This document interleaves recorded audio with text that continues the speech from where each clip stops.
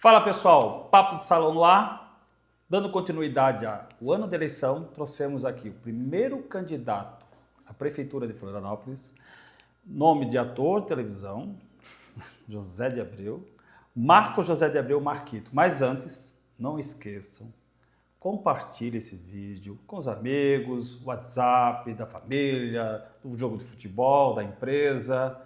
Toque o sininho para receber notificações, tá? Curtam a página e façam o Papo do Salão crescer. Hoje a gente tem aqui Marco José de Abreu, ou Marquito, nosso primeiro candidato a prefeito de Florianópolis às eleições de 2024. Deputado estadual, muito bem eleito, né? Diga-se de passagem. Pelo partido do PSOL. Marquito, boa noite. Boa noite, prazer tê-lo aqui. Obrigado, tá? querido. Seja bem-vindo ao nosso canal do Papo do Salão. Vamos falar um pouquinho sobre a sua candidatura à Prefeitura de Florianópolis. Legal. Primeiramente, eu gostaria que você se apresentasse ao público, né? Claro. Então, eu quero agradecer esse espaço aqui do Papo de Salão, um espaço, para mim, assim, fiquei bem surpreso com essa possibilidade aqui no salão de vocês, aqui no Campeche, né, na Rua Auroreal. E o lugar que eu sempre passo aqui de bicicleta, ou com as crianças, ou de carro mesmo, eu moro aqui na região, então é um lugar de passagem. E poder ter esse papo, esse debate, essa conversa mais aberta um pouco sobre essa candidatura, né? É uma candidatura que ela surge muito da vontade, do desejo das pessoas mesmo. Quando eu fui candidato a deputado estadual e tive essa votação muito expressiva, o mais votado da cidade, muitas pessoas já falavam disso, de votaram para deputado muito na perspectiva de não, mas a gente quer te ver prefeito, a gente quer te ver prefeito. Então, a candidatura, ela se firmou, né? Teve a convenção, foi homologado o nome e agora é bola para frente. Primeira candidatura, o prefeito do... Primeira vez que eu me candidato a uma majoritária, a prefeitura, eu já fui candidato 4 vezes na minha vida, tá? A primeira vez em 2016, que foi minha primeira candidatura, a primeira vez que eu me candidato e acabei sendo o segundo mais votado da cidade, em 2016. Eu tinha uma Kombi, pouca grana, mas um histórico de um trabalho assim, social e ambiental bem forte na cidade, né? E aí, de forma surpreendente, eu fiquei surpreso de ter sido o segundo mais votado, com 5.448 votos. Aí depois, logo 2 anos depois, eu acabei sendo candidato a deputado estadual. Quase nada de grana, sem muita condição. Mesmo assim, eu fiz 18.400 votos, eu acho. E em 2020, aí não sou eleito, eu fiz mais votos do que alguns que entraram, inclusive, mas o PSOL acabou não alcançando o quociente eleitoral. E aí em 2020 eu fui o vereador mais votado da cidade. O que se deve essa expressão de votação? O que você acha que vem, da onde vem essa expressão? Acho que a primeira é resultado de um trabalho. Assim, eu sempre trabalhei a minha vida inteira com trabalho comunitário, com ações ligadas à questão ambiental e social, alimentação, agricultura urbana, hortas escolares, gestão de resíduos, compostagem, tratamento de resíduos sólidos, educação ambiental. Sempre tive essa coisa de ações muito coletivas, né? Quando era estudante, a gente organizou um grupo de estudos e práticas em agroecologia. Também acabei atuando no movimento estudantil na época, no centro acadêmico, no DCE. Então, sempre tive uma vida muito coletiva, assim, de muita gente, de muitas ações ligadas à questão de mudar a realidade do qual eu vivia, né? Eu também acabei aplicando na minha própria casa, construí minha própria casa com o resto de obra, material de demolição, material que sobrava assim das obras. Meu pai é pedreiro, então fui acumulando material e construí uma casa com um banheiro seco, aquecimento da água, telhado verde. Então essa prática misturada com ativismo, acho que me construiu. E quando eu fui candidato era uma grande surpresa, assim, ter um candidato com essa trajetória, né? E aí acabei sendo o segundo mais votado, foi surpreendente, né? Depois para deputado estadual fui muito bem votado, só que a gente não alcançou. E aí depois para a candidatura para reconduzir o mandato de vereador, aí foi o mais votado. Aí eu acho que já foi resultado do primeiro mandato, bem atuante, assim, né? Nas causas sociais e ambientais. E um mandato que eu fiz, mesmo sendo oposição, muito propositivo. Eu fiz a oposição, eu tinha meu posicionamento, minha crítica ao governo que estava estabelecido, nunca entrei em jogos de interesses, né, por troca de votos na Câmara, por exemplo, Sempre fui atuante no ponto de vista de apresentar crítica, mas principalmente propus muitos projetos de lei, que estão aí até hoje são referências, como a lei da compostagem, como a lei que permite que os restaurantes comprem pescado direto dos pescadores, né? Como a política municipal de agroecologia, como a transformação da pesca artesanal de interesse social, econômico e ambiental, que deu possibilidade para os pescadores, por exemplo, construírem os seus banheiros nos seus ranchos de pesca, né? Uhum. Então, assim, às vezes são coisas que eu fiz como propositivo, depois eu meio que a gestão tirou o meu nome, mas o projeto e a lei ela tem Continuou. beneficiado as pessoas, né? Então acho que esse resultado, esse trabalho também, de não só ser um crítico pela crítica, mas ser um crítico porque quer transformar as coisas e apresentar soluções, eu acho que me fizeram ter esse equilíbrio, né? E aí fui o mais votado e depois agora para deputado estadual o mais votado da cidade, né? Critique, mas me dê soluções. Eu sou muito disso. Eu também não gosto de ficar fazendo a crítica pela crítica e não apresentar soluções. Então acho que isso me definiu assim como uma figura política, né? E quem os meus oponentes ou os que são contrários a mim na política também me reconhecem assim, sabe? Ah, não, o Marquito ele não fica chutando canela, ele é um cara ponderado, ele é um cara que faz a crítica bem feita, bem conduzida, né? Eu acho que isso é a política, sabe? A baixaria, aquilo que acontece nos bastidores que acaba manchando do ponto de vista as ações da política é que para mim causa o problema e não traz resultado para a vida concreta das pessoas. Né? Então você não entra nessa polarização que pouco tempo nós tivemos aqui recente no governo federal. Você fica um pouco mais afastado dessa polarização e trabalha em cima de críticas construtivas para o seu projeto, correto? Eu acho que a polarização ela foi inevitável, porque a gente definiu muito na sociedade brasileira o que é a esquerda e quem construiu isso foi muito mais a extrema-direita, né? Eu sempre me reconheci no campo da esquerda, assim, uma visão mais progressista, nunca escondi isso, muito pelo contrário, em todas as situações, né? Tenho essa identidade. Mas é saudável, né, você ter um adversário. Claro, e não é um problema divergir nas ideias, ter posições diferentes, Sim. Sentar para debater a diferença entre as coisas, por que tu defende tal ponto de vista, e não precisar ir para baixaria em relação a isso. O problema é que muita gente se aproveita dessas pautas, que às vezes são tão caras assim, para se projetar individualmente, só pensando nele, independente do resultado que isso traz para as pessoas. Infelizmente, a polarização, ela traz prejuízos muito grandes, assim, no meu ponto de vista. Divide famílias, divide amigos, né? As pessoas acabam se cegando nesse processo e os donos do poder, os grandes, estão rindo à toa do povo dividido. Quanto mais dividir o povo, mais fácil fica para dominar e para conduzir os poderes, né? Agora, não ter espaço para fazer o debate, para ter as posições diferentes, é muito ruim. Então, por exemplo, eu vejo que a Câmara de Vereadores de Florianópolis ela perdeu muito qualidade. Eu fui vereador, né, e no primeiro mandato a gente ainda tinha um debate mais qualificado, agora no segundo mandato, esse que está terminando agora, é muito desqualificado, sabe? A gente precisa a sociedade precisa ter bons políticos que façam bons debates, boas discussões e que não transformem isso em picuinhas e em baixarias, né? E isso, a consequência disso é a ausência de políticas públicas para resolver a vida das pessoas, porque daí a Câmara fica muito mais tempo discutindo picuinhas do que discutindo realmente os dilemas e os problemas da cidade, né? Muito bem. Marquito, a gente está Vamos começar as nossas perguntas aqui, mas antes de começar, eu queria te perguntar em relação à tua visão da política atual aqui na cidade, né? O crescimento e o não crescimento, né? E as críticas construtivas que você vem tendo, como você faz, em relação a esse governo atual. O que você acha? Você tem algo a apresentar mais dentro da sua candidatura? Sim, o governo atual, né, o atual prefeito, o Topázio, ele era vice-prefeito do Jean, então o Jean quem foi eleito. O Topázio assumiu em março de 2023, né, em 2022, quando o Jean saiu com antecedência para governo do estado, para ser candidato a governador.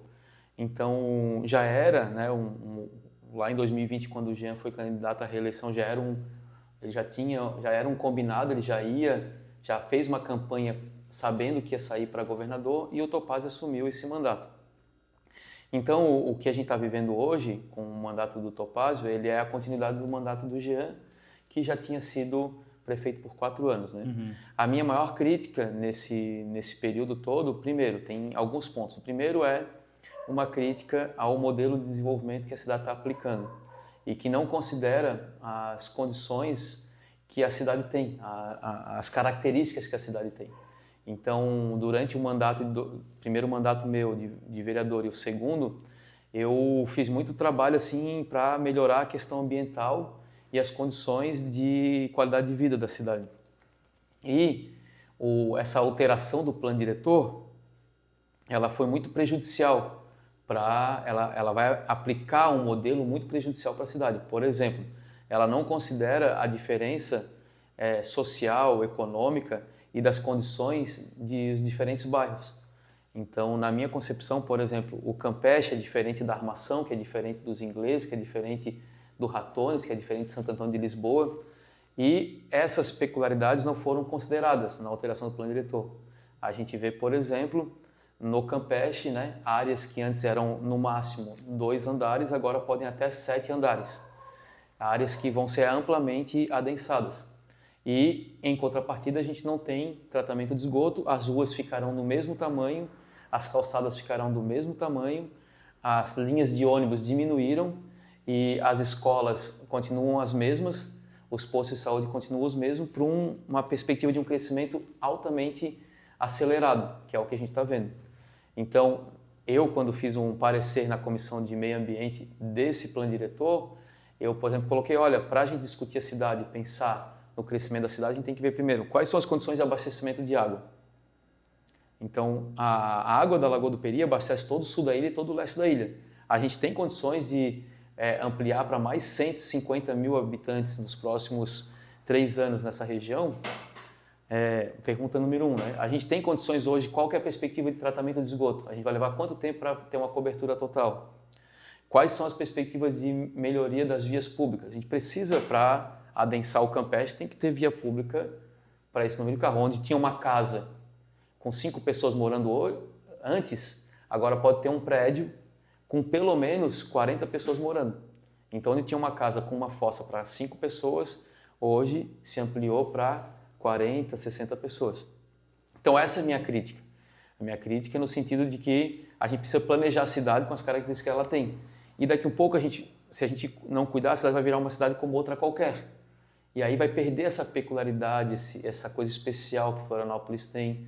A gente tem aí as questões ambientais muito presentes. A gente vê o mundo inteiro falando de cidades esponjas e a gente já vive numa cidade esponja. As dunas são esponjas, as planícies, aquela em torno do aeroporto, toda aquela área é uma cidade esponja. Os manguezais são esponjas, né? E se não fossem essas áreas de recarga, nós não teríamos uma Lagoa do Peri, por exemplo, que precisa ter. O que é uma cidade? O que é uma esponja?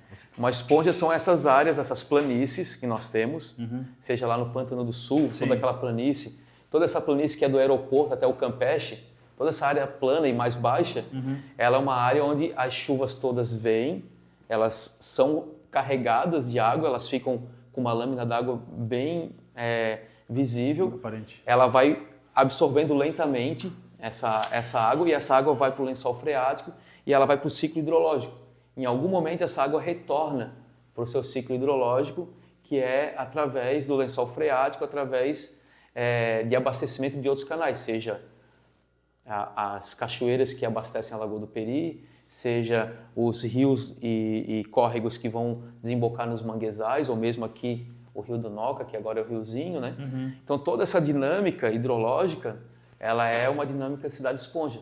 Se tu vai ocupando e urbanizando essas áreas e transformando em canais de drenagem, tu perde essa dinâmica. Quando chove, essa água vai embora, ela não é mais absorvida pelo lençol freático.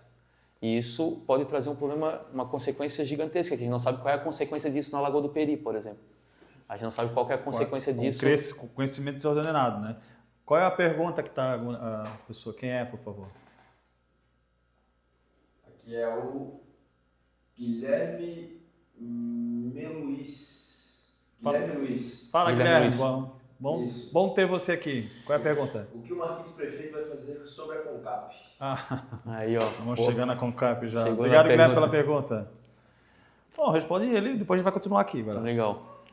Então, eu sempre trabalhei com gestão de resíduos, com compostagem, conheço muito das cooperativas, acompanho muito a Concap e durante toda minha vida de vereador eu sempre defendi a Concap como uma empresa pública, como uma autarquia pública, né? E hoje ela infelizmente, ela se transformou numa estrutura dentro da Secretaria de Infraestrutura e Secretaria de Meio Ambiente. Ela foi meio dividida as suas atribuições.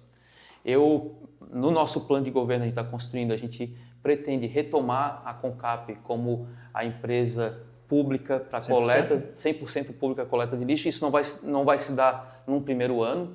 A gente vai precisar de pelo menos alguns 4, 6 ou 8 anos para fazer isso, mas um plano estratégico vai ter que se estabelecer. Mas mais do que isso, não é só transformar pública sem debater. A gente quer debater um modelo de gestão. A gente quer discutir um modelo de gestão descentralizado. A gente quer valorizar experiências como a gente tem aqui no Pacuca, de compostagem comunitária, como a gente tem lá na Revolução dos Baldinhos. A gente quer que, por exemplo, a gente tenha centrais de pontos de entrega voluntário de lixo distribuído pela cidade. Eu quero que a gente tenha uma cidade onde a gente não mande mais lixo lá para Biguaçu. Todo o lixo coletado na cidade de Florianópolis, seja pela Concap ou pela empresa terceirizada, as empresas terceirizadas, eles são levados todos lá para o Itacurubi, que é o centro de transbordo, enche o caminhão e o caminhão sai pela beira-mar, atravessa a ponte, vai pela BR-101 e vai quase lá em Tijucas, que é lá no final de Biguaçu, divisa Que é com o governador Celso Ramos, que é o aterro sanitário, e é enterrado e vira nada. A gente pagou ano passado, tá, só para enterrar lixo, o ano inteiro, 42 milhões de reais. Tá?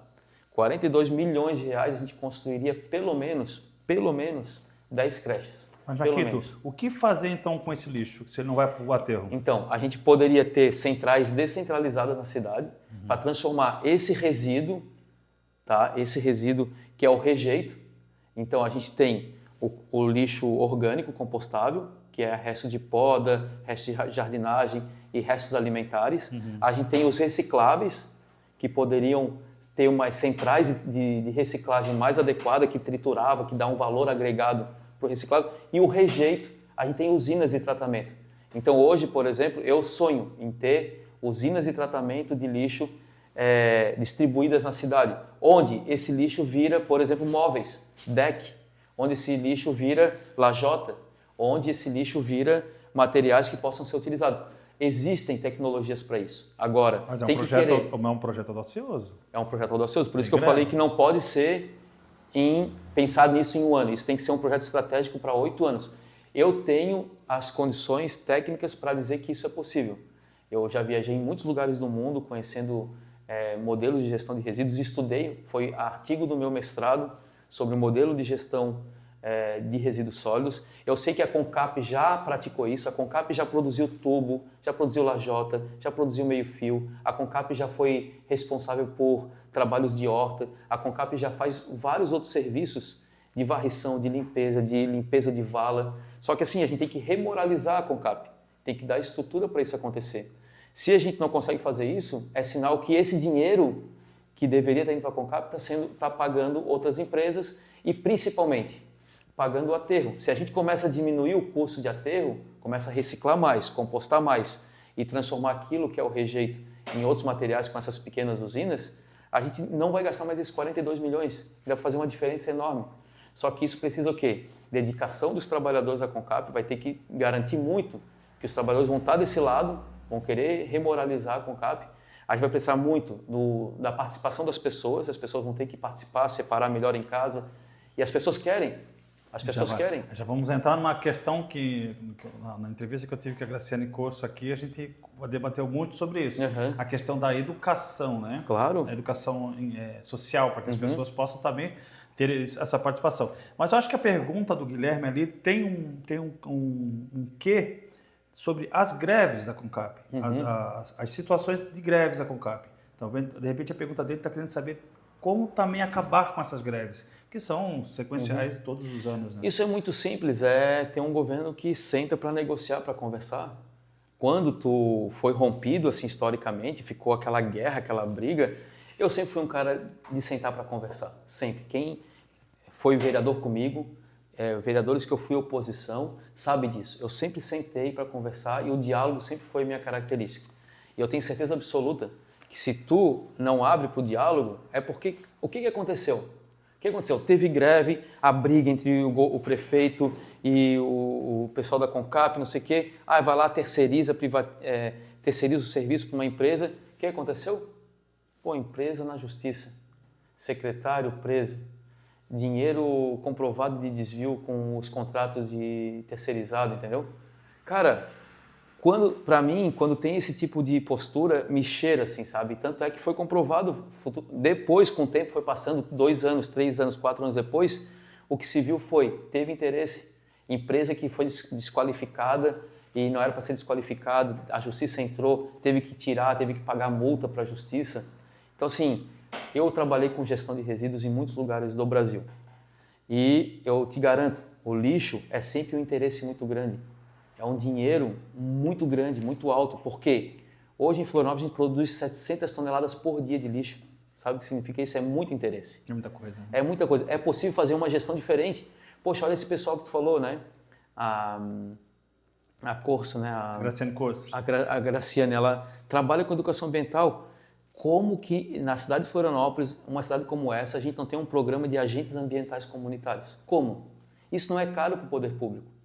Mas o poder público não quer ampliar a educação ambiental, que as pessoas tenham consciência e que isso vire massa crítica para quando houver, por exemplo, uma intervenção no território, derrubar uma árvore ou mesmo acabar com a coleta seletiva, essas pessoas virem uma massa crítica criticando a prefeitura. Então, a gente também vê um retrocesso na educação ambiental, entende?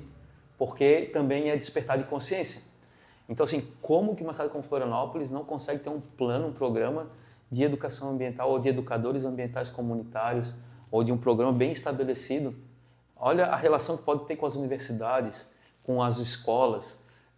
Tem aí a juventude do ensino médio que poderia ser agentes ambientais locais. Né? Eu trabalhei Mas no teu projeto tem? No meu projeto tem. Esse é um centro fundamental, que é a questão da educação ambiental e pensar um programa de agentes locais ambientais. E isso se dá, o maior sucesso para o trabalho de educação ambiental é o trabalho local. Porque o princípio da educação ambiental é tu pensar globalmente e agir localmente. E, cara, em Floripa a gente tem tanta gente boa, tanto potencial, gente muito qualificada e que às vezes tem que ir para outras áreas porque não tem oportunidade para trabalhar em conjunto com o poder público. É uma realidade, a galera acaba vazando, indo embora. Temos mais um monte aqui. Qual é a próxima pergunta? É aqui da Luz Samara VG. Como irá lidar com a mobilidade? Isso. Seja bem-vinda, Luz. Está dentro da nossa pergunta aqui. Vamos lá. A cidade foi apresentado o plano diretor, né? Que foi aprovado ali em maio de 2023. Esse novo plano diretor, e você já ampliou aqui a pergunta, a sua resposta em relação a isso. Com esse crescimento da cidade, que hoje realmente a cidade ela vamos dizer, está em ascensão aí no cenário nacional, no cenário mundial. Nós estamos recebendo dentro da cidade de Florianópolis pessoas do mundo inteiro que estão vindo não para passear, mas sim para morar. E temos um crescimento que não tem como frear. E como você falou, nós moramos numa ilha, nós temos limitações. Dentro do seu governo, qual seria o projeto para que você pudesse realocar essa situação, sendo que nós temos limitações de ruas para poder ampliá-las, né? E lugares mais altos e mais baixos, como você falou sobre prédios. Legal. Qual seria o teu projeto ali? A gente, para construir o plano de governo, a gente realizou 17 plenárias temáticas, uma delas foi sobre mobilidade urbana. E aí a gente ouviu mais de 2.000 pessoas nesse processo, né? E tudo isso culminou em algumas propostas, né? Primeiro que a mobilidade urbana não é tarefa nada fácil de ser resolvida. Segundo que não existe mágica para resolver esses problemas, né? Mas um princípio que a gente vai trabalhar é a questão dos diferentes modais que se dialogam, né, nesse processo. Então, assim, primeiro, a gente precisa melhorar e ampliar o número de linhas no transporte público, né? Segundo, a gente precisa implementar linhas interbairros hoje em Florianópolis. Não faz sentido nenhum não existir uma linha que sai do aeroporto, que passa pela Tapera, que vai até Armação, Morro das Pedras, Campeche, Rio Tavares, Lagoa e volte. Porque existe muita gente que mora na Tapera, que mora no Alto Ribeirão e que trabalha no Campeche, por exemplo. E ela tem uma dificuldade enorme de mobilidade. Então, os pequenos ônibus com linhas interbairros pode ser... O estudo que nós tivemos acesso demonstra a importância disso para a mobilidade. Terceiro ponto, a gente ampliar o número de áreas ou redes ou vias exclusivas para o transporte coletivo. Então, as principais artérias de distribuição ou de levar o fluxo da cidade, porque o estudo que nós vimos a cidade no transporte público coletivo ela tem um movimento pendular. Os horários de pico, todo mundo saindo dos bairros indo para o centro, e nos horários de retorno, o pessoal vindo do centro indo para os bairros. É necessário que haja vias exclusivas para o transporte coletivo, que consiga trazer as pessoas nesses... Então, por exemplo, a SC 401 está passando agora por um investimento do governo do estado e não está previsto uma via exclusiva para o transporte coletivo. Se for criar mais uma via, deveria-se estabelecer uma via exclusiva. Assim como a vinda do centro até, por exemplo, até o Trevo do Erasmo poderia ter uma via exclusiva para transporte coletivo. E isso traria muito mais agilidade para quem usa o transporte, porque hoje nós tivemos uma saída de quase 40% de antes da pandemia para agora do transporte coletivo. As pessoas compraram uma bis, uma motinho, um carro, estão usando o Uber e não utilizam mais o transporte público porque não é viável. Espera no ônibus, espera no ponto, não consegue ser atendido. Os horários que tem são horários, se perde a integração, fica 40 minutos lá esperando o terminal de integração. Então precisa fazer uma sincronia desse processo. E as qualidades? Né, E melhorar a qualidade dos ônibus. Isso é possível fazer, porque o contrato de concessão, não sei se vocês sabem, ele vai até 2035. Então, a não ser que nós, quando assumimos, a gente rompa com esse contrato. Não é fácil romper com um contrato desse, porque tu precisa estabelecer e colocar novas formas, né? A gente também discute o tarifa zero. O tarifa zero ele pode ser ampliado. Então, a gente, por exemplo, não adianta só ter o transporte gratuito no domingo, mas não tem linhas. O pessoal que mora em Capoeiras, quer vir pegar uma praia ou quer ir na Lagoa do Peri passar o dia, não consegue vir, porque tem 4 horários de ônibus no domingo, não tem horário suficiente. Então precisa ampliar o número de horários. Sim. Também no final de semana, para a pessoa também usar o transporte para lazer e cultura. Mas você vê como uma proposta boa, tarifa zero? Eu vejo como uma proposta boa, é possível. Hoje, o transporte público em Florianópolis ele é subsidiado. O fundo que subsidia o transporte, ele subsidia hoje quase 50% do valor ou das passagens ou das viagens. Existe também, para implementar a tarifa zero, não será apenas suficiente com recurso público municipal. Vai se precisar fazer um fundo de mobilidade urbana, onde os investimentos precisam ser aplicados. Hoje, no município, existe um fundo que é o fundo de índices, de troca de índices da construção civil. Esse fundo não é utilizado para a mobilidade, para melhorar as vias públicas, por exemplo. Então, é possível fazer um fundo municipal com outras entradas para conseguir viabilizar o tarifa zero. Esse é um estudo, cidades como Garopaba implementaram, Balneário Camboriú implementou, mais 7 cidades em Santa Catarina já implementaram o tarifa zero. E nunca é com recursos únicos, sempre é com recurso de um fundo de mobilidade que consegue injetar recursos a partir de outros setores, especialmente no convênio com o governo do estado e com o governo federal. Agora lá na LES, como eu sou deputado, a gente tem discutido, inclusive agora essa semana vai tramitar um projeto para o Fundo de Mobilidade Urbana Intermunicipal da Grande Florianópolis, já pensando na perspectiva das vias exclusivas de transporte coletivo e também discutindo a perspectiva de tarifa zero. Infelizmente, o transporte é de baixa qualidade, transporte público coletivo, com um custo alto, e as pessoas vazaram desse transporte porque ele não é eficiente, ele demora muito mais do que um transporte individual. De toda forma, a cidade ela está com muita dificuldade de mobilidade. Então, esse é um primeiro ponto.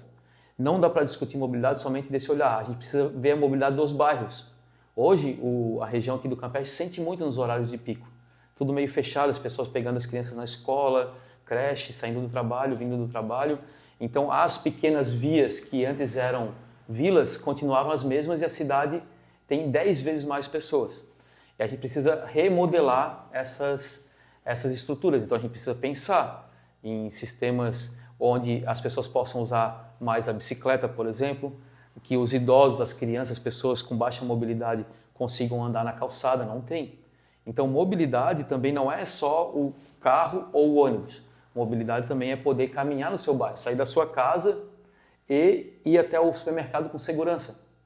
Hoje tem gente que mora em menos de 3 quilômetros e pega o carro para ir no supermercado. Mas não é uma boa ideia, dentro disso não é uma boa ideia a descentralização, trazer para o bairro tudo aquilo que você tem fora dele? Isso. Para que haja uma boa mobilidade dentro do bairro, que as pessoas não precisam se deslocar tão longe para poder fazerem seus afazeres? Sim. Hoje, os bairros têm crescido assim. Infelizmente, as infraestruturas não têm acompanhado. Então, esse debate, né, até agora está ficando muito famoso lá em Paris, que é a cidade de 15 minutos, por conta de toda a mudança que houve por conta das Olimpíadas. Mas a discussão da cidade de 15 minutos a gente poderia viver. 15 minutos de bicicleta é do Morro das Pedras até o Rio Tavares, por exemplo. Então, olha a distância, olha quanta gente trabalha, está na escola, vai no posto de saúde nesse trecho, Morro das Pedras até o Rio Tavares. Mas a gente não tem segurança. Hoje eu moro num bairro onde minhas crianças estudam a 400 metros e elas não têm coragem de ir sozinhas de bicicleta para a escola. Entende? E é um 400 metros, é muito perto.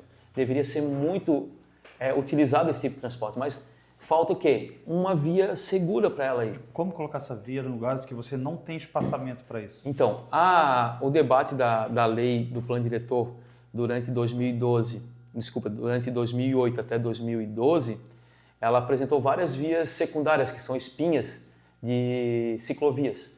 Então, como que a gente não... Lá no Morro das Pedras tem um parque, no fundo. Esse parque dá os fundos da escola e o posto de saúde. Uhum. A gente poderia fazer uma ciclovia no entorno daquele parque, ela sairia ali atrás da Concap, ela passaria por dentro da Concap, vou dar um exemplo, e pegaria aquela rua mais larga que tem ali no Morro das Pedras, do lado da Francisco Vieira, que é a Francisco Vieira é aquela que corta a transversal. Tem uma rua uma das mais largas, ela viria por aquela rua, passaria por dentro de áreas que ainda são áreas não urbanizadas, passaria por dentro dos loteamentos que estão ali conduzidos, que já tem uma área específica para isso, e sairia aqui no meio do Campeche, por exemplo. E isso é possível, só que esse planejamento ele não está acontecendo.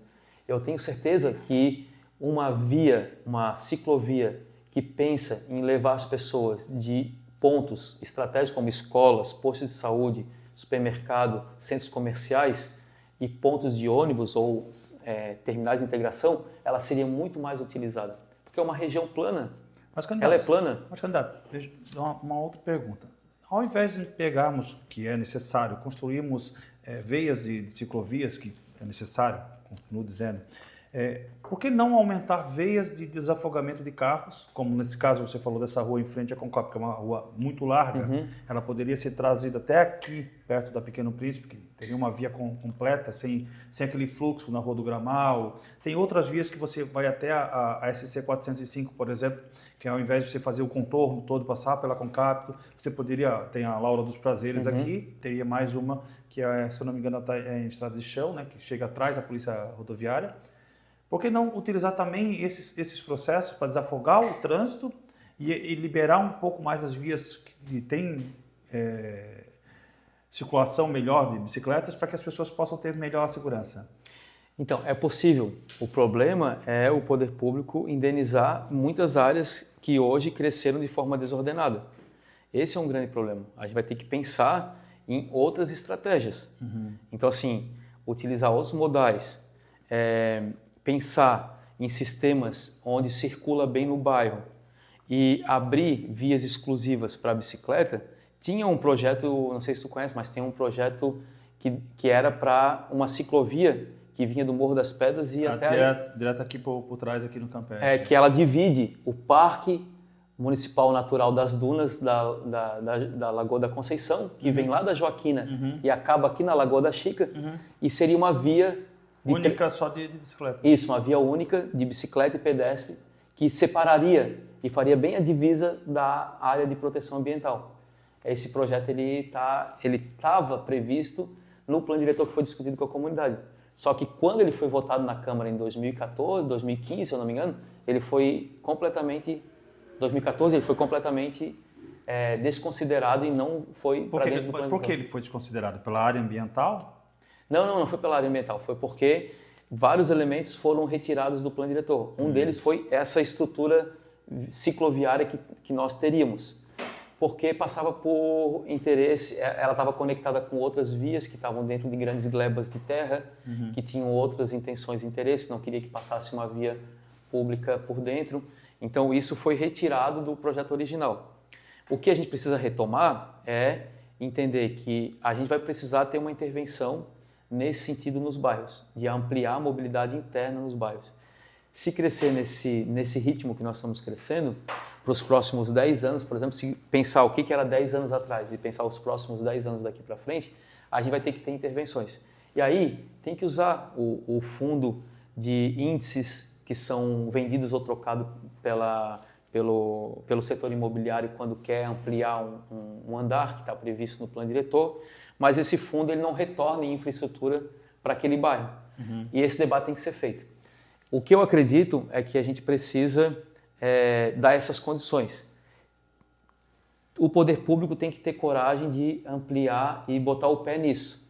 Mas eu acho que, além disso, o setor empresarial e privado ele tem que colaborar com esse tipo de projeto mais amplo. Ninguém conhece um projeto mais amplo. Que cidade será essa daqui 10 anos, daqui 12 anos, daqui 20 anos? Ninguém tem essa modelagem. As pessoas comuns, o povo em geral, não consegue olhar assim, como será o Campeche, por exemplo, daqui 15 anos, diante do que está colocado no plano diretor. Exato, mas a gente está falando só aqui do Campeche, né? Daqui dessa região. A gente tem que entender que Florianópolis ele abrange também fora da ilha, né? Ele tem uma parte do continental. E esse problema complicado que nós temos aqui, diário, né? Que é essa saída pelas pontes, né? Que pegando via expressa, indo para o estreito, isso também tem que ser tem que ter uma solução para resolver isso aí. Qual seria? De imobiliário eu já falei, a nossa proposta concreta é ampliar vias exclusivas de transporte coletivo.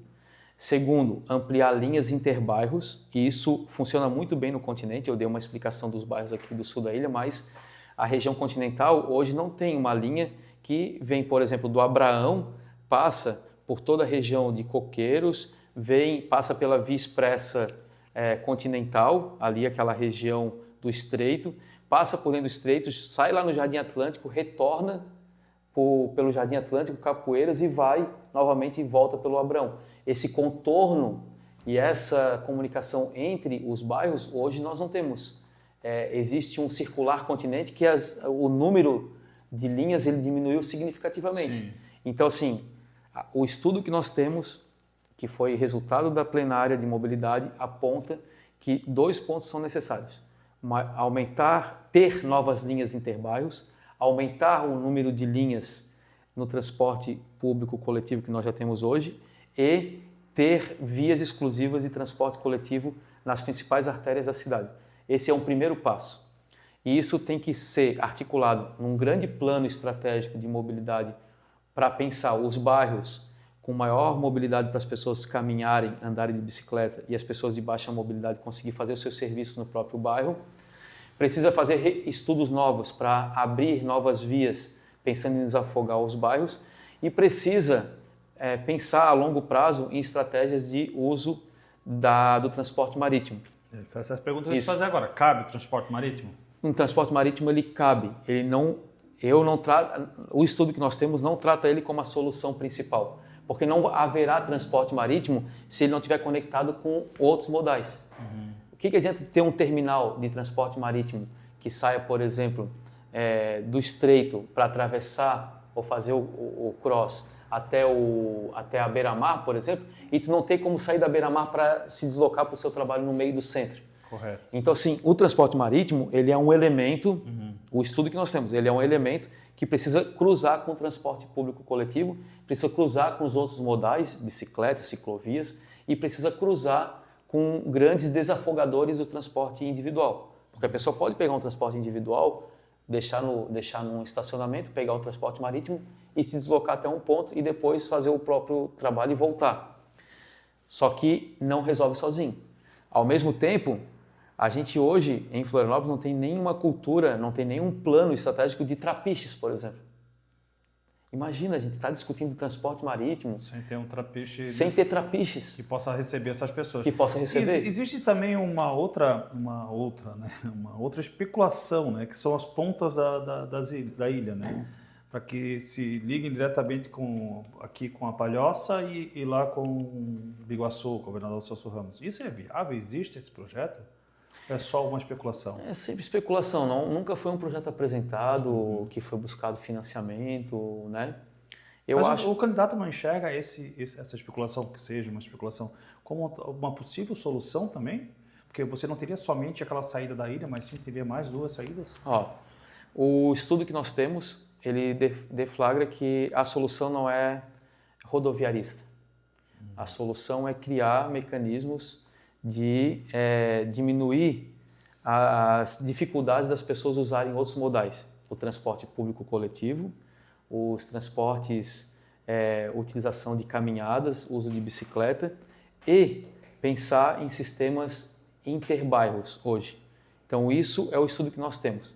As soluções rodoviaristas, que são abrir grandes vias, grandes centrais para a realidade de Florianópolis, uma cidade insular, ela hoje não é a solução.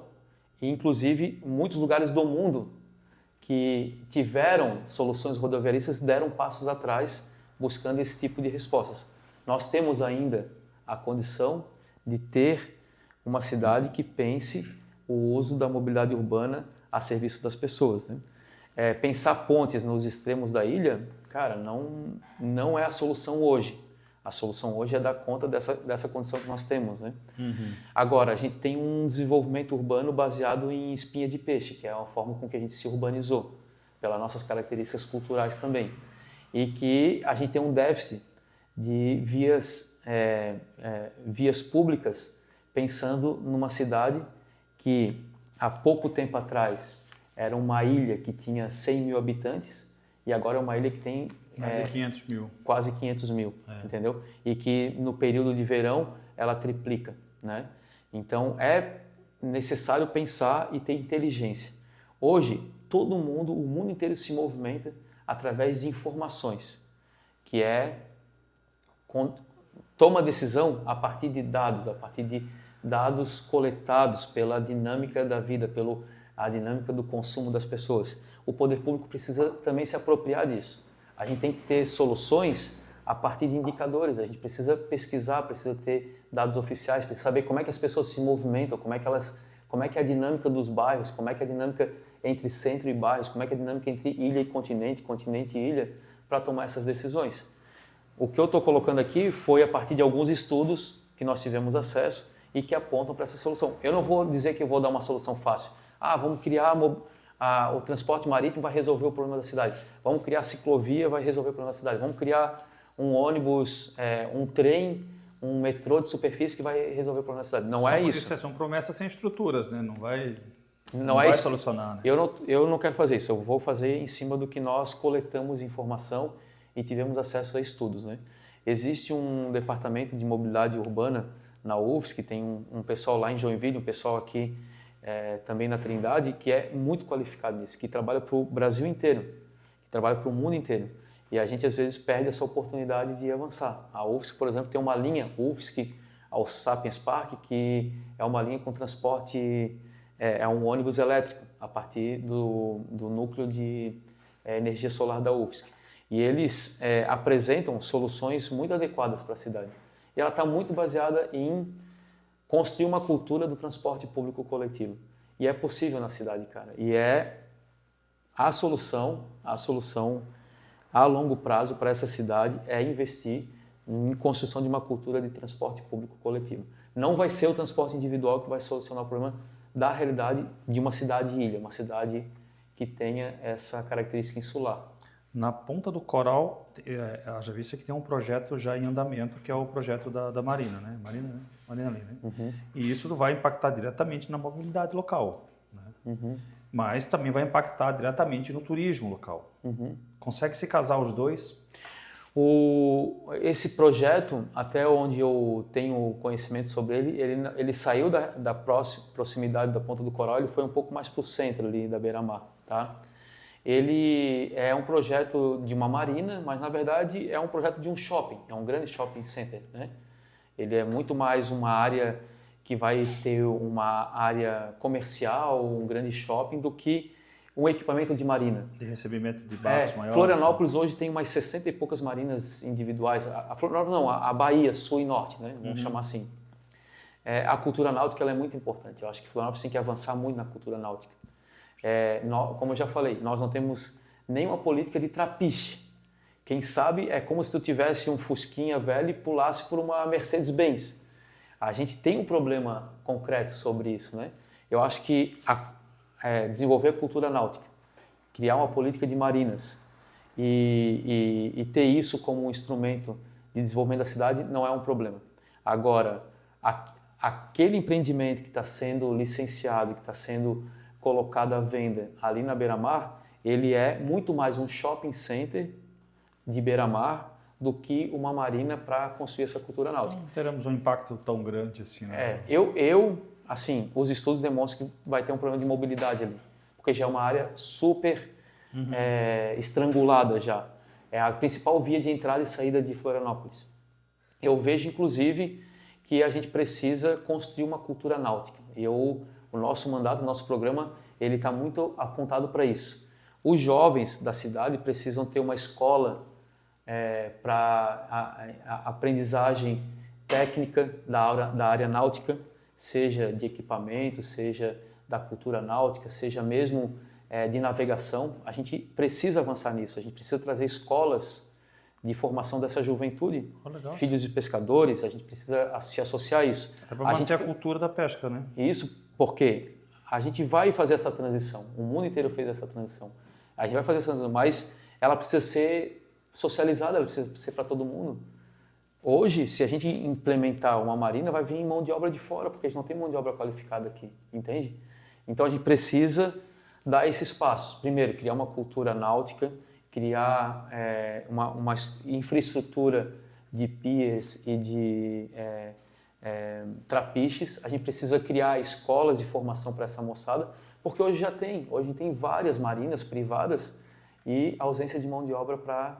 Então, quem hoje quer ter um equipamento náutico mais robusto, mais amplo, já tem em Florianópolis. Não é por falta de, mas a gente precisa desenvolver isso numa perspectiva de que cidade a gente quer daqui a 20 anos. E a cultura náutica ela é central para uma cidade-ilha. Em todo lugar do mundo é assim. Mas se tem um bom planejamento a longo prazo, as coisas conseguem andar. Tem mais uma pergunta? Levantaram a mão.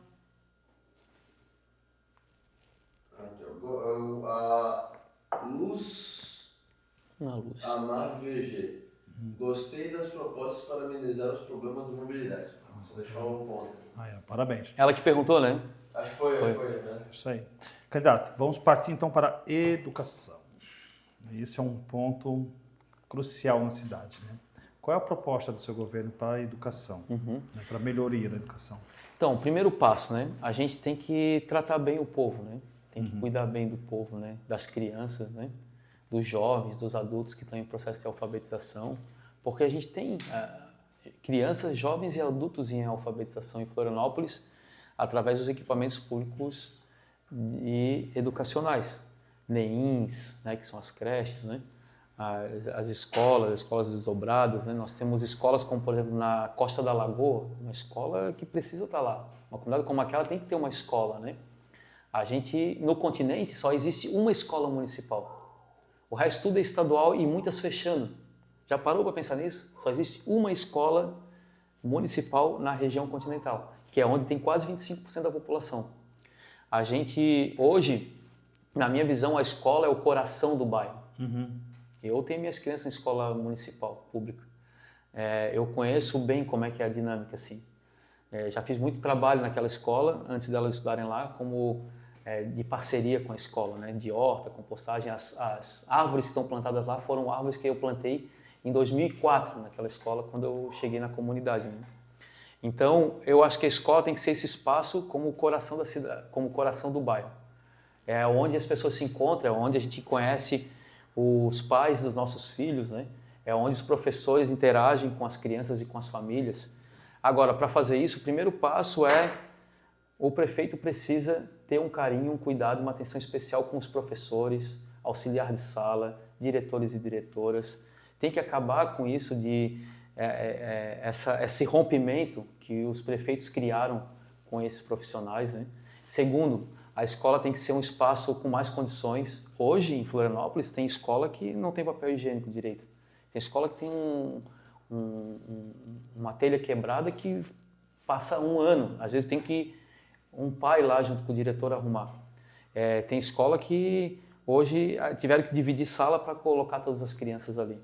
Então, é preciso fazer voltar a ter o cuidado e o carinho e a responsabilidade e a importância que a escola define ali. Depois, eu acredito muito numa escola aberta, assim, uma escola aberta junto com a comunidade. E para isso precisa a escola dialogar com o posto de saúde, com a associação de bairro, com a associação de pais. E a escola ser esse lugar onde a gente possa praticar um esporte no final de semana lá, onde isso faça parte da interação, onde as pessoas possam construir o pensamento crítico dentro da escola, interagir com a escola. Só que para isso acontecer, a Secretaria Municipal de Educação, o prefeito tem que dar as condições para esses professores fazerem esse trabalho. Se for somente hoje como está, com déficit de professor, falta auxiliar de sala, falta equipamento para trabalhar, falta material e ainda tem uma briga entre o prefeito e o servidor, isso nunca vai acontecer, muito pelo contrário, a gente vai vendo a escola se fechando. Então, primeiro tem que voltar a ter o cuidado, o carinho, a responsabilidade de entender que a escola é o coração. Depois, fazer com que essa escola retome o papel dela, que é ser um espaço de encontro da comunidade e ampliar suas atividades. A gente precisa ter, gente, um programa mais amplo de esporte e cultura.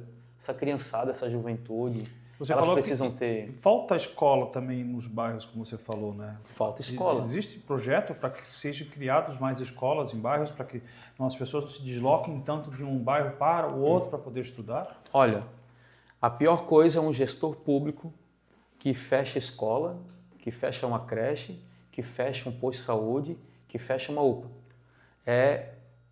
Definitivamente, o que esse prefeito fez, o que os outros fizeram, é algo que a população tinha que se levantar e falar assim, nós não aceitamos que um prefeito feche uma escola, ou um posto de saúde, ou uma UPA. Cara, ele tem que abrir mais, não pode fechar. Que negócio? Se a cidade só cresce, as pessoas só se ampliam, o número de pessoas para serviço público só amplia, como que um prefeito vai fechar uma escola, uma creche, um posto de saúde ou uma UPA? A gente não pode aceitar isso, primeiro. Segundo, precisa ter um planejamento, como eu falei. Se tem um planejamento hoje de uma cidade com um plano diretor para dobrar o número de pessoas nos próximos 20 anos, a gente tem que ter um planejamento. Onde é que vai ser a nova escola? Onde é que vai ser a nova creche, o novo posto de saúde? A gente tem que ter um planejamento, tem que apresentar. Nós estamos elaborando nosso programa. A gente quer apresentar as novas escolas que é possível construir em 4 anos. Isso o gestor público municipal não faz sozinho. Ele precisa ir atrás de financiamento, como o Banco Internacional de Desenvolvimento, ele precisa se articular com o governo federal. Nós temos uma relação muito próxima com o atual governo federal, com o governo Lula. Nós construímos e defendemos esse governo, então a gente tem uma relação muito próxima. A gente precisa se articular com o governo do estado, entendendo a importância dessas relações, e se articular com organismos internacionais que financiam ações ligadas às crianças, jovens, adultos, no sentido da educação. Isso tem que ter uma capacidade de articulação, né? É dentro da questão? Não, no caso agora não. Vamos deixar continuar apagando. Mas só para voltar assim, cara, esse ponto da escola é muito importante. Não tem como um prefeito não dar suporte financeiro para isso. Não tem como. E mais, olhar a escola como você tem um projeto para que isso aconteça? O nosso plano de governo vai ser protocolado no final dessa semana. Esse é um ponto que a gente está em conversa ainda. A gente quer estabelecer metas do ponto de vista do aumento de escola e a nossa perspectiva é uma escola de tempo integral, uma escola aberta à comunidade. dentro de uma gestão em conjunto com os outros equipamentos públicos e também com as iniciativas Que comunitárias. tenha também ensino médio? Então, hoje, ensino médio é uma atribuição do governo do Estado. Sim. Né? Não tem uma obrigatoriedade. Sim. Isso, a gente não fez esse debate sobre garantir ensino médio. A gente fez um debate sobre garantir uma escola aberta para a comunidade. A escola ser um equipamento onde a comunidade participe. Mas para isso tem que remoralizar a relação com os servidores, tem que ter um cuidado com esses professores, diretores, auxiliar de sala, colocar isso dentro do projeto político-pedagógico, ampliar essa relação, trazer a Fundação Municipal de Cultura, de Esporte, a Fundação Estadual de Esporte, porque esses grandes projetos interagindo na escola transformam a escola em um lugar onde as crianças, os jovens, a família participa ativamente. Tem que dar essas condições, né? Agora, a criação de escolas de ensino médio é um debate que nós não fizemos porque essa é uma obrigação, uma obrigatoriedade do governo do Estado. Segundo, a gente precisa, enquanto Poder Público Municipal, criar relações e interagir com institutos federais, com escolas profissionalizantes, com o Sistema S, para trazer escolas profissionalizantes para a nossa juventude de Florianópolis. Uma das áreas que nós vamos defender é a cultura náutica.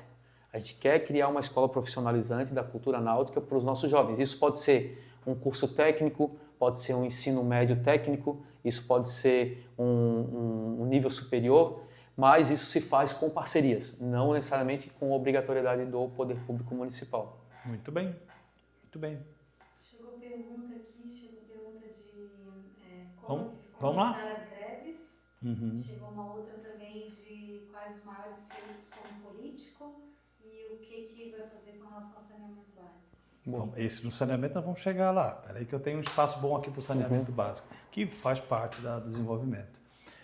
Pode responder sobre a primeira, como evitar as greves, eu já respondi. Primeiro assim, o diálogo.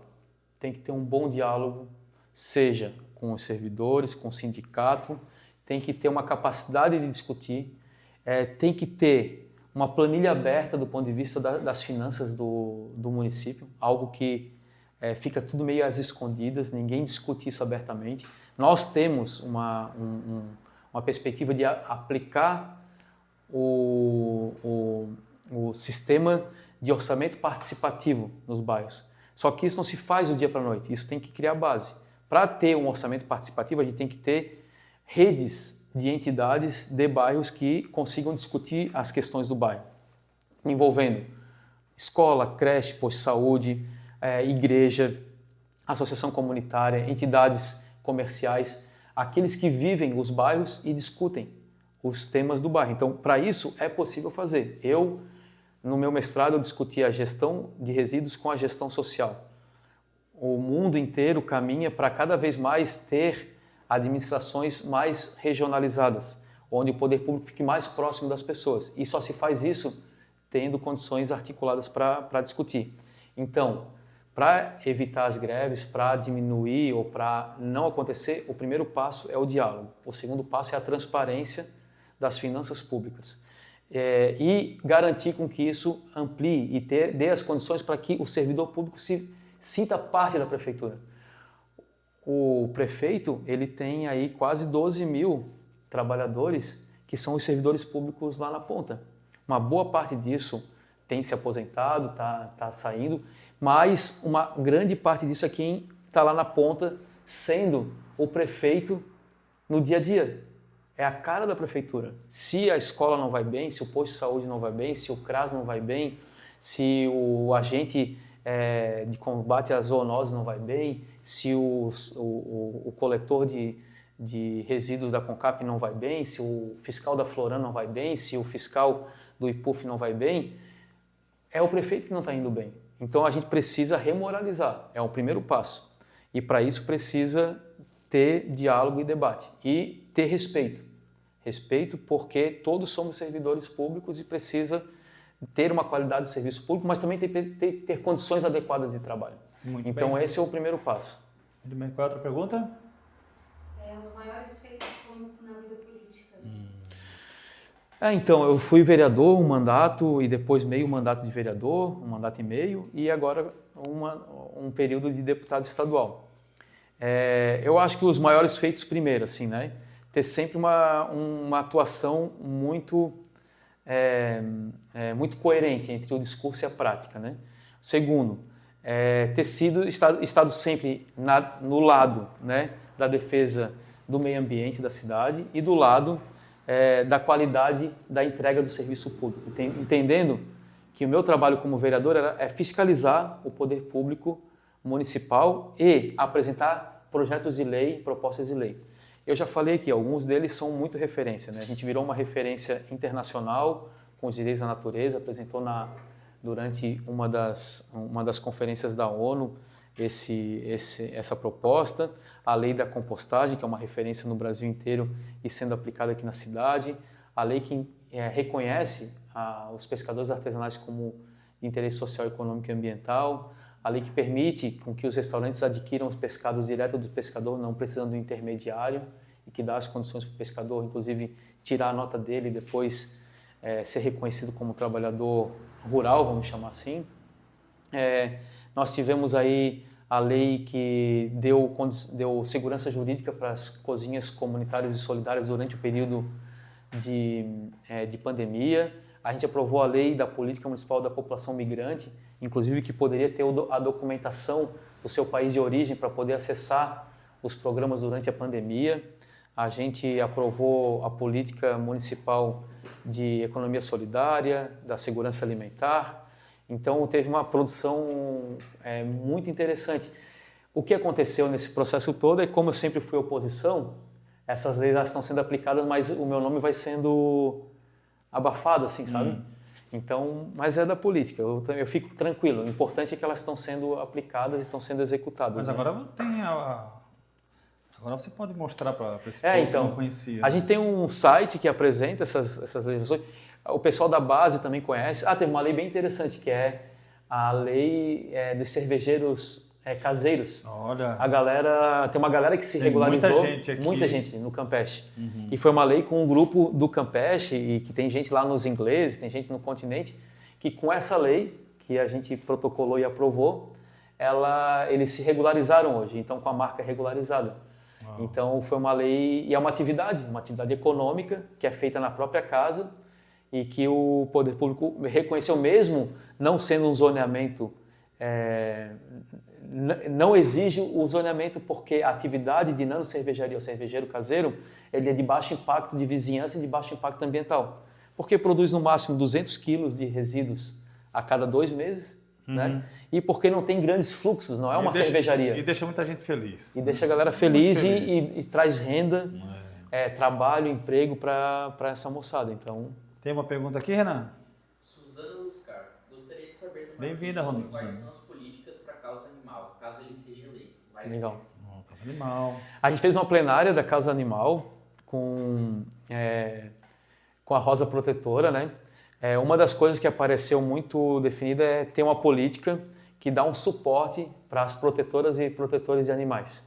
Hoje a gente tem uma rede muito grande de protetores e protetoras que vivem à míngua, vamos dizer assim, que acabam às vezes tirando dinheiro do seu próprio bolso ou tiram comida da sua mesa para poder dar atenção a esses animais, né? A gente também viu a importância de ter uma política de saúde que a gente chama de One Health, que é saúde única, onde a saúde humana, a saúde animal e a saúde ambiental, elas se compõem do ponto de vista do desequilíbrio, né? E o quanto que isso traz de doenças para a gente. Então, cada vez mais a saúde animal é fundamental. Então, ter uma boa política de combate às zoonoses desses animais e de castração comunitária e pública, tendo em vista a diminuição desses animais abandonados, né? Também a gente discutiu muito a participação efetiva e a transparência dentro da DIBEA. Há uma crítica muito grande pela falta de transparência de como funciona a DIBEA, que é o órgão hoje de atenção ao bem-estar animal, e que há uma reclamação que eles atendem apenas um grupo específico, e um monte de gente que atua com a causa animal acaba não tendo acesso àquele equipamento, né?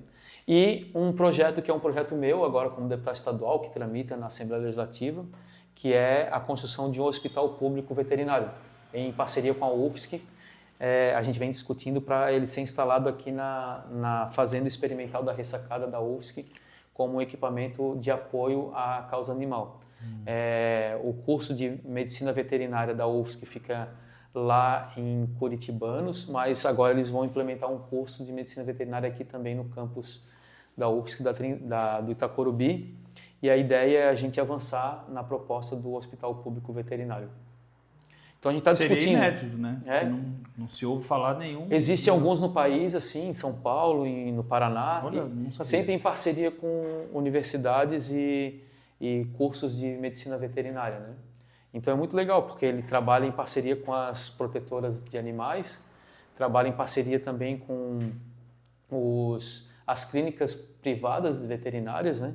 A gente tem muitas clínicas que acabam fazendo um trabalho social muito grande, a gente não tem essa ideia, mas pô, uma galera precisa do serviço e não tem dinheiro, gente. Essa é a realidade, né? Exatamente. E o poder público precisa mediar essa questão, né? Então, esse foi o debate que nós fizemos ali junto com as protetoras. A gente tem uma candidata, a vereadora Rosa Protetora, que é uma mulher muito fera. Ela trabalha nas periferias lá do Maciço do Morro da Cruz, assim, trabalhando... Quero ela aqui no Papo do Salão. Dá para combinar, dá para Vamos convidar ela para vir. Vamos trazer ela aqui para conversar um pouco. E ela organizou uma roda de conversa muito legal que nos deu amparo para poder defender essas propostas, né? Interessante. Posso dar seguimento ou tem mais alguma pergunta? Pode continuar. Vamos começar falando então de segurança. Legal. Antes de entrarmos aqui na questão da segurança, vamos falar sobre moradores de rua.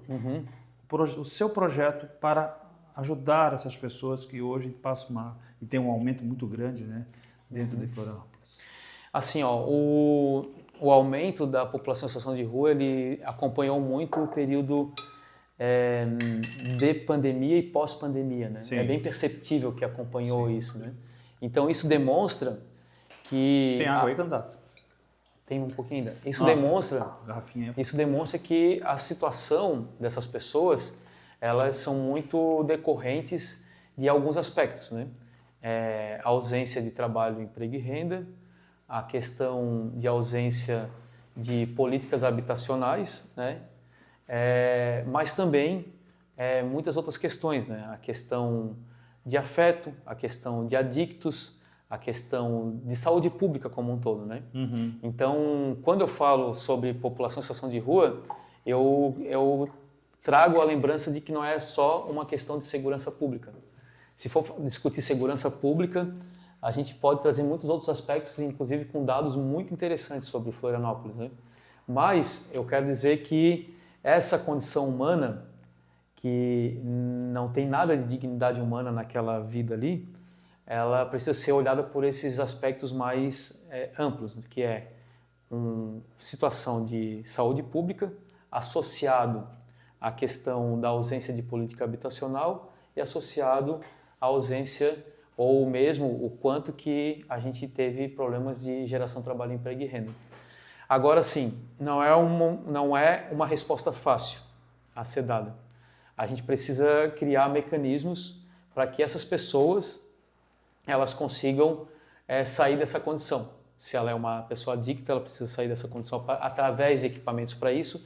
Se ela tem problemas de saúde mental, ela precisa ter esse acesso. Se ela tem problemas com a justiça, ela precisa ser resolvida a partir de problemas com a justiça. Agora, se ela não tem trabalho, emprego e renda, se ela está buscando emprego e renda, ela precisa ser resolvida nessa questão.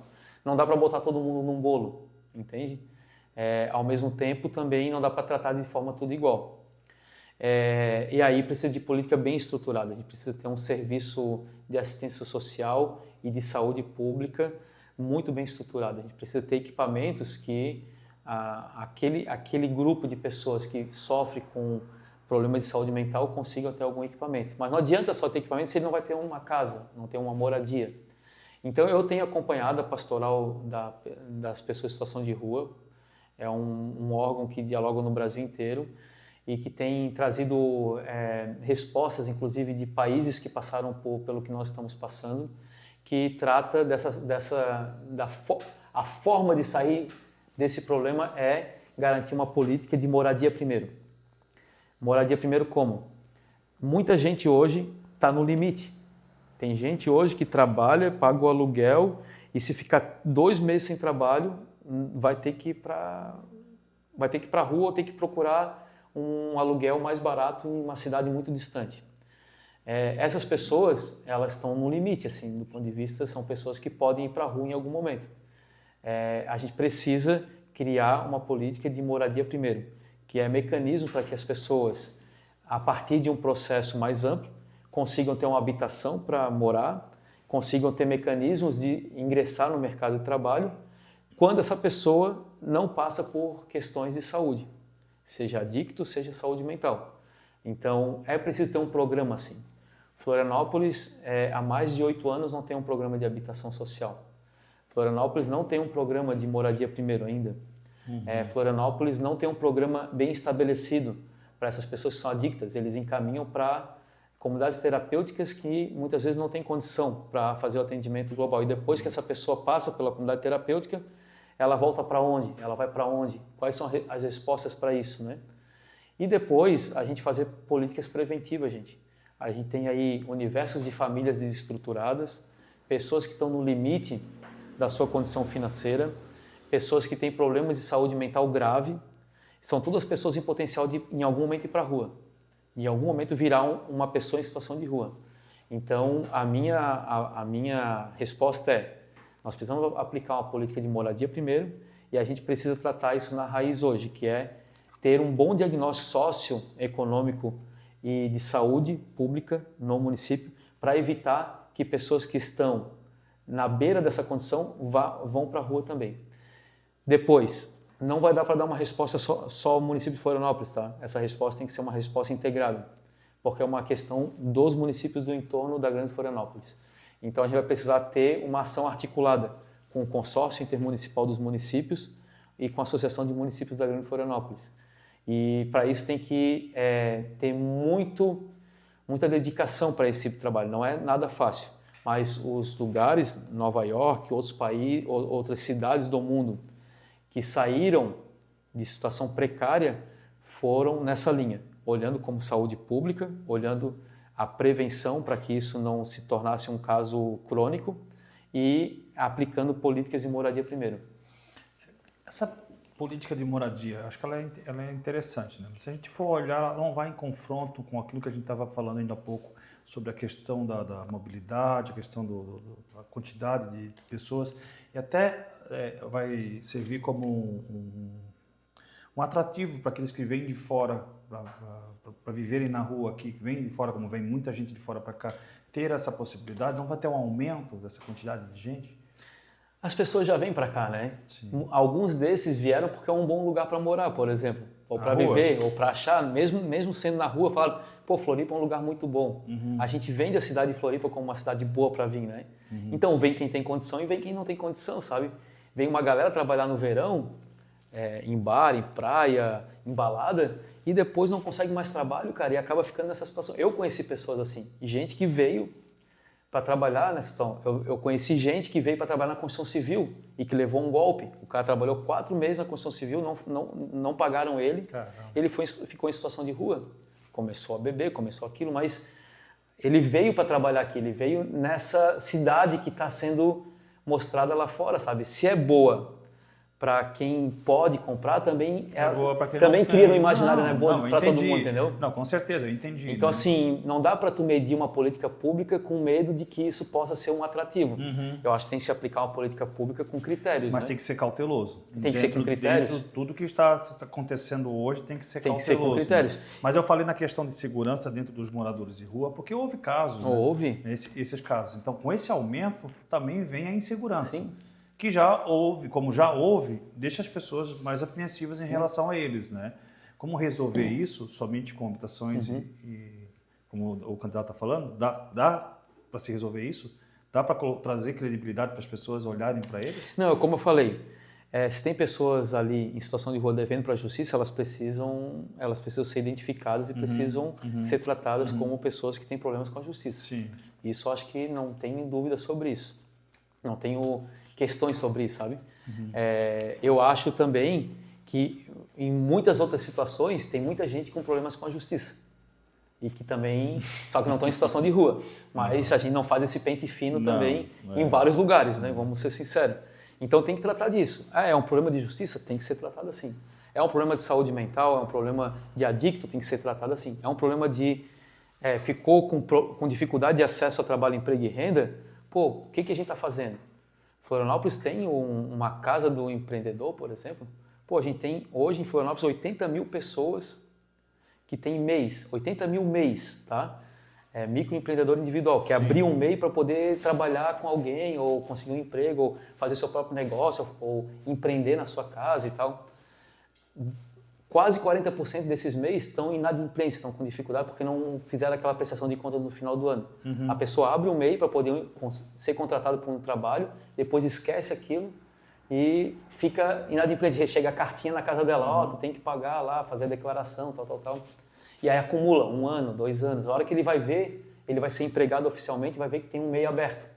Isso é uma realidade. Florianópolis não tem um departamento, uma casa do microempreendedor individual para orientar essa pessoa, para dar um apoio, para encontrar um caminho.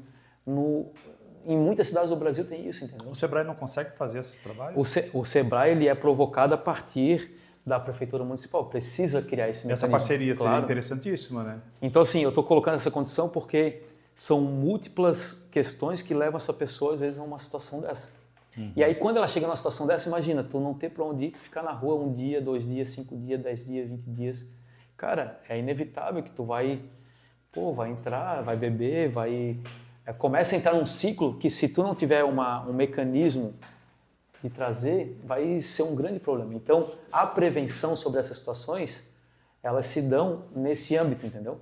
Então, assim, tu não precisa não precisa olhar para políticas públicas para a população em situação de rua como atrativos para as pessoas em situação de rua. Tu tens que olhar para essas políticas como prevenção para que pessoas da nossa cidade fiquem nessa situação, né?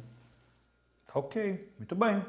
Mas agora a gente tem um ponto polêmico para conversarmos. Pouco tempo foi feita a descriminalização do porte de 40 gramas da maconha, né, pelo STF. Agora, no dia 26/6, o governador Jorginho Melo, ele sancionou a lei do então deputado estadual José Lopes, que foi aprovado pela Assembleia, do porte de uso de drogas ser causado uma multa, né? Então, há esse conflito. Como você vê essa situação para Florianópolis, que vem buscando esse combate? Sim. A realidade sobre a minha posição hoje como candidato à prefeitura é que eu não tenho muito o que falar sobre isso, porque eu não vou legislar sobre isso, não é atribuição de um prefeito legislar sobre essa matéria, né? Porque é uma matéria que é uma legislação federal, é um debate que o STF está fazendo, que a Câmara Federal vai ter que fazer. Eu apenas tenho que ter a posição que eu estou colocando para ti, porque eu fui vereador, sou deputado e tenho me posicionado em alguns momentos em relação a isso. E eu tenho uma visão mais aberta sobre a cannabis na perspectiva da saúde pública, né? E uma visão mais aberta da cannabis na perspectiva da descriminalização e as consequências da criminalização, especialmente na juventude periférica, né? Então, acho importante colocar esse ponto de vista. E países estão avançando nisso. A Alemanha avançou agora significativamente nisso, né? Olhando para essa planta como uma planta com muito potencial econômico, social, ambiental, né? Porque ele tem várias funções. Tem uso para uso da sua fibra, uso madeireiro, uso para outras finalidades, né? E quem quiser eu sou agrônomo, né? Eu sou agrônomo de formação. Eu conheço muitas plantas que são altamente tóxicas e que elas não são proibidas, por exemplo, né? E que pessoas, inclusive, foram à morte por consumo, crianças, animais, né? Então é um debate que precisa ser feito assim, do ponto de vista do potencial e do quanto outros países estão avançando nesse tema, né? Agora, como prefeito, eu não vou ter o que fazer, entende? Eu não tenho mecanismos. O máximo é criar instrumentos dentro da saúde pública para reconhecimento dessa terapia como instrumento para essas finalidades de tratamento de doenças, né? Mas no ponto de vista sobre descriminalização, sobre legalização, não legalização, não tenho como, eu não tenho nenhum instrumento como prefeito para falar sobre isso, entendeu? Quem quiser saber mais, vai lá no canal do Papo de Salão, tem 3 entrevistas fantásticas. Doutora Luciano falando sobre o canabidiol, a importância dele. Diego Lopes falando sobre a comercialização, a fibra, o que é importante na cannabis. E o professor Gino falando sobre a parte da psicologia dentro do canabidiol. Que legal. Qual é a pergunta? Opa, precisa de ajuda ali, viu? Vai. Aerisol. Marquito, o que você fazia antes da política? Valeu, Alisson. Obrigado pela presença.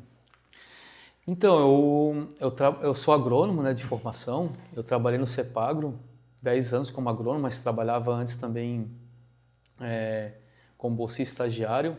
Eu trabalhei na prefeitura como professor de grupo de jovens, assim, o agente jovem, agente ambiental.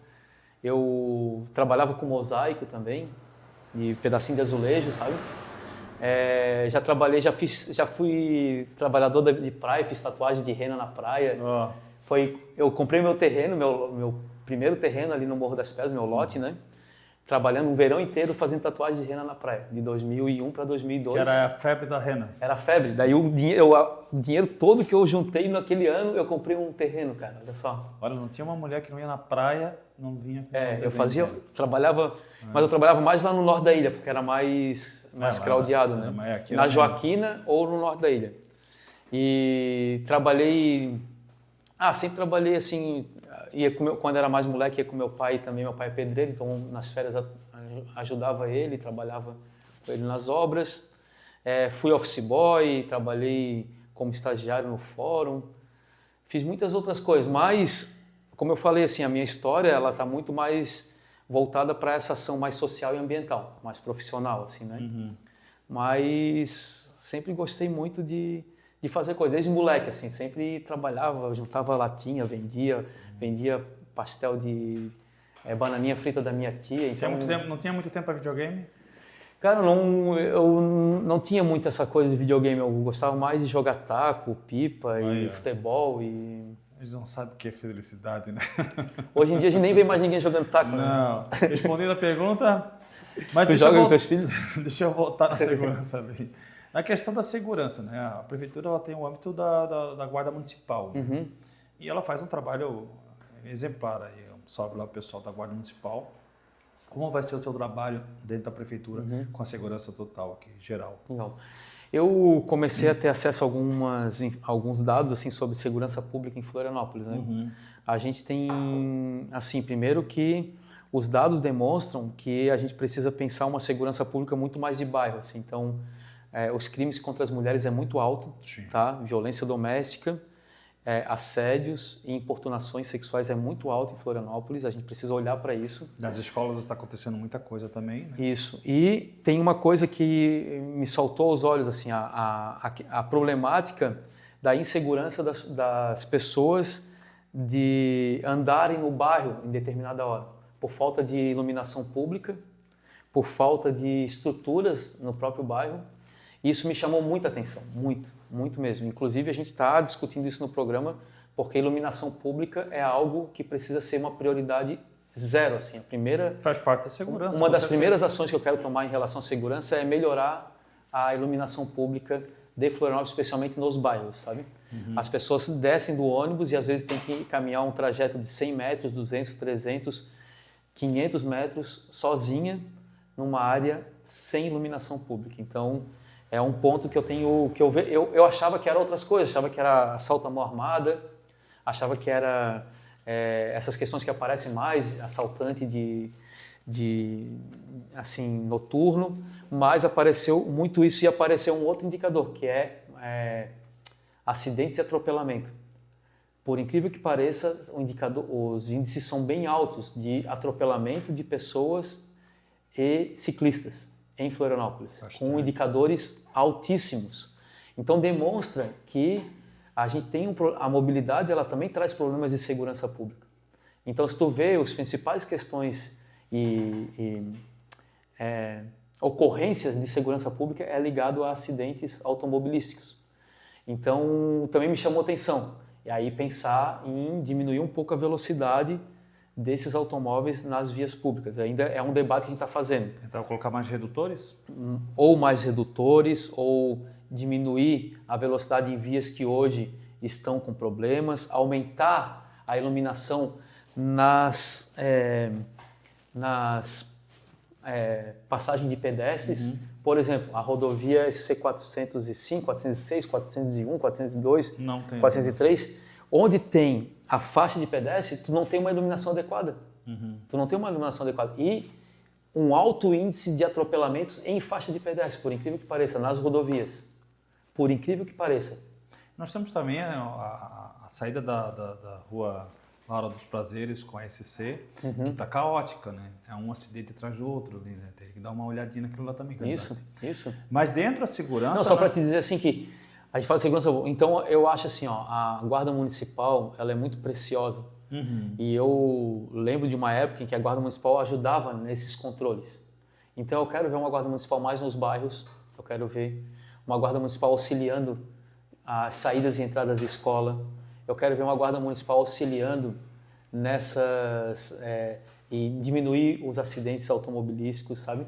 A guarda municipal, ela tem essa finalidade, que é defender o patrimônio, e o patrimônio, a vida do cidadão é o principal patrimônio. Exatamente. Né?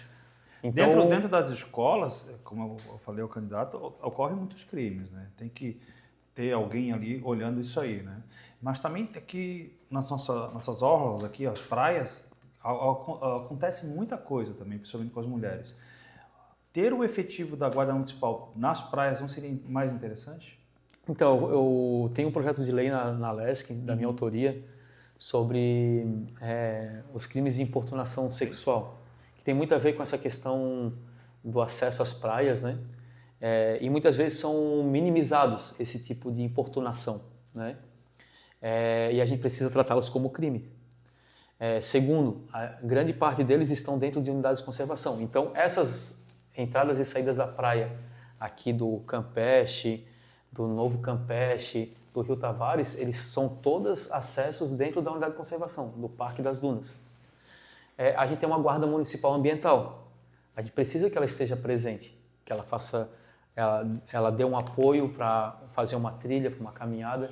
Eu quero ver uma guarda municipal mais ativa nas comunidades e fazendo a defesa desse patrimônio, que é o patrimônio público, ali no caso do parque, e do patrimônio da vida das pessoas. Eu defendo isso, inclusive a gente fez audiências públicas, a Guarda Municipal esteve presente, nós agora destinamos emendas para os bombeiros e para a Polícia Militar Ambiental nessa perspectiva também enquanto deputado estadual, né? Então eu tenho muita atenção a isso.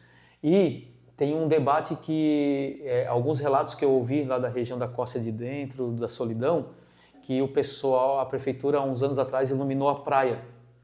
E os moradores queriam que iluminasse as ruas e os acessos. E justamente com uma ação mais eleitoreira, iluminaram a praia. Eles falam que a praia não faz sentido, sendo que as pessoas têm muito mais casos de insegurança da pessoa que desce do ônibus, da ponto final da Costa de Dentro e tem que caminhar até o meio ali da Solidão ou da costa, sem luz, do que a praia propriamente dita. Então, vamos iluminar tudo. Então, assim, como que a gente toma uma decisão, como que o poder público toma uma decisão sem nenhum mecanismo de ouvir as demandas concretas, sabe?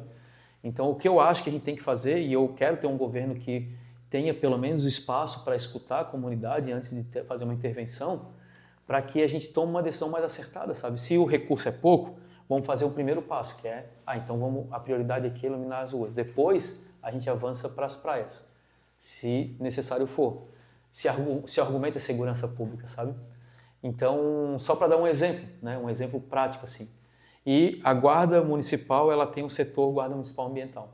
E ela pode muito estar presente nesses espaços, sabe? Esse espaço que você falou que existe importunação, também existe tentativas reais de estupros. Aqui, isso, né? isso. E aqui há muitos relatos sobre isso. Qual é a pergunta? Kika Cristina, gestão costeira, projeto órgão. Precisa assinar termo de adesão e o município fazer a gestão? Qual a tua opinião, visão sobre Kika, muito boa ter você aqui. Já chegou na frente da minha pergunta. Eu ia fazer essa pergunta lá na frente. Legal. Então, encerramos aqui na parte da segurança, então já pode falar sobre a orla, que eu ia te perguntar sobre essa questão da orla, né? Que nós temos aqui grandes problemas na Morro das Pedras, inclusive, né? Projeto com Morro das Pedras, projeto para armação, que é um lugar também que tem precariedade em relação à orla, né? E outras praias. Qual é o projeto da prefeitura? Não, aqui que eu pego um ponto que é assim, ó, existe uma diretriz federal, que é toda cidade que tem uma zona costeira precisa ter estabelecido o seu modelo de gerenciamento dessa zona costeira, que é a aplicação do projeto Orla.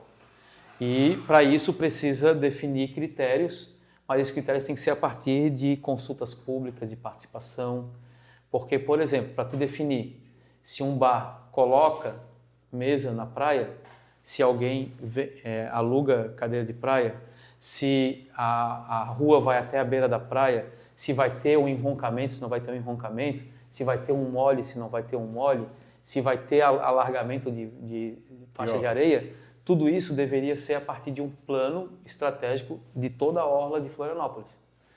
E para isso tem que ter o quê? Tem que criar os núcleos de bairros, os núcleos territoriais, tem que assinar um termo de adesão à política nacional e tem que estabelecer isso como se fosse um plano diretor da orla, entendeu? Que diz quais são os aspectos que vão ser levados. Eu defendo esse modelo.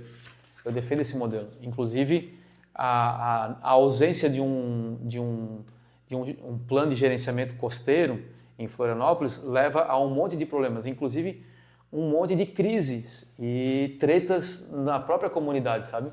Porque não sabe o caminho que vai tomar. A gente vive uma região com muita erosão marítima, e é uma realidade, e ela não vai diminuir. Ela tende a somente aumentar diante dos cenários das mudanças climáticas. A gente vai estabelecer quais critérios para fazer isso. Eu acho que não é o prefeito que tem que dizer como que se faz, eu acho que tem que ser um debate feito a partir de informações oficiais e uma discussão com quem mora ali e com quem utiliza ali. E é isso que o Projeto Orla se propõe. Agora, a gente vem assim de uma ausência de debates profundos e, mais do que isso, ter capacidade de sentar e ter propostas e ter pontos de vista diferentes e chegar a um ponto comum e todo mundo aceitar que chegou a um ponto comum, que um teve que ceder, outro teve que ceder e chegar num denominador comum. O Projeto Orla define isso, que é criar instrumentos. Já teve muito debate e discussão, teve algumas pré-propostas já estabelecidas, mas nunca se avançou, porque construir consenso é difícil, cara. Quem perdeu ou quem não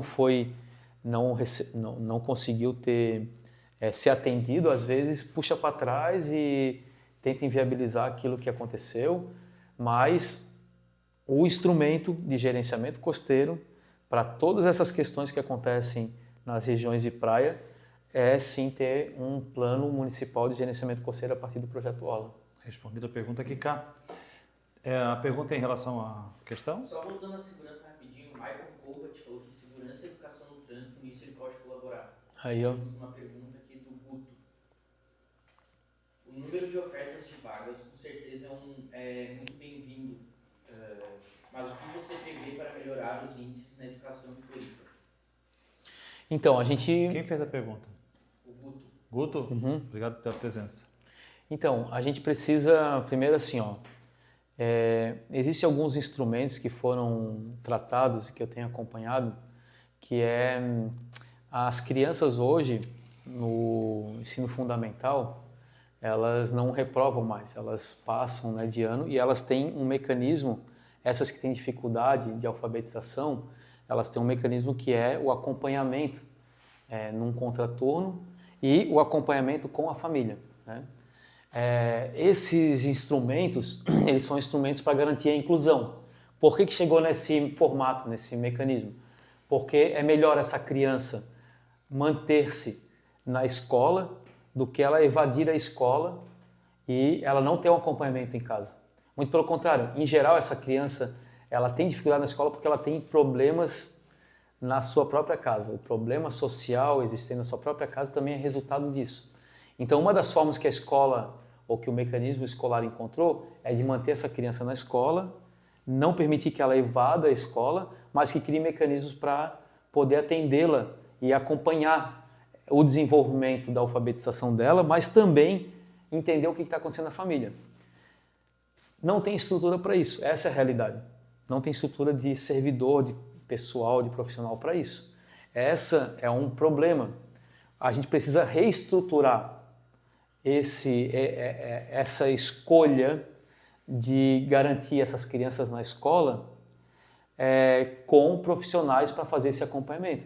E olha, gente, isso não é um problema da escola propriamente dito, isso é um problema de uma sociedade que tem problemas sociais efetivos. Mas voltamos àquele caso, então, da questão que estamos falando sobre construções de escolas, ter uma logística melhor a qualidade dos professores, para que a gente possa receber esses alunos. Né? Então, melhorar a qualidade da escola é ter mais estrutura de profissionais para atuar nesse sentido, entender que como foi feita essa escolha de não reprovação por conta por questões óbvias, que é manter essa criança na escola, porém, isso vai diminuindo a qualidade dentro daquelas salas de aula, isso precisa ter mecanismo para atender essa criança e atender essa família, entendendo que é a consequência desse meio social.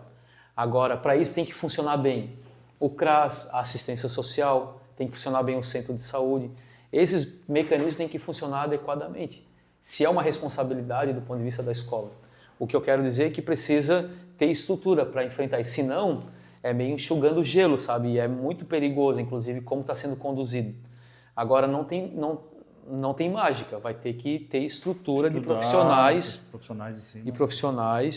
para fazer esse trabalho e entender que também é resultado de uma sociedade cada vez mais com questões profundas de relacionamentos, questões profundas de saúde mental, questões profundas do ponto de vista da garantia da dignidade humana e que se não olhar para isso de forma ampla, tu não resolve o problema daquela criança naquela escola. E aí eu acho que assim, transferir isso para a escola é um problema também, sabe? Responsabilizar a escola sobre todas essas questões sociais. Então tem que estruturar, tem que funcionar bem esse programa, né? Eu falo isso porque a Emília, ela é professora e ela tem me contado muitos relatos assim, né, da dificuldade mesmo do ponto de vista do acompanhamento de algumas crianças, né?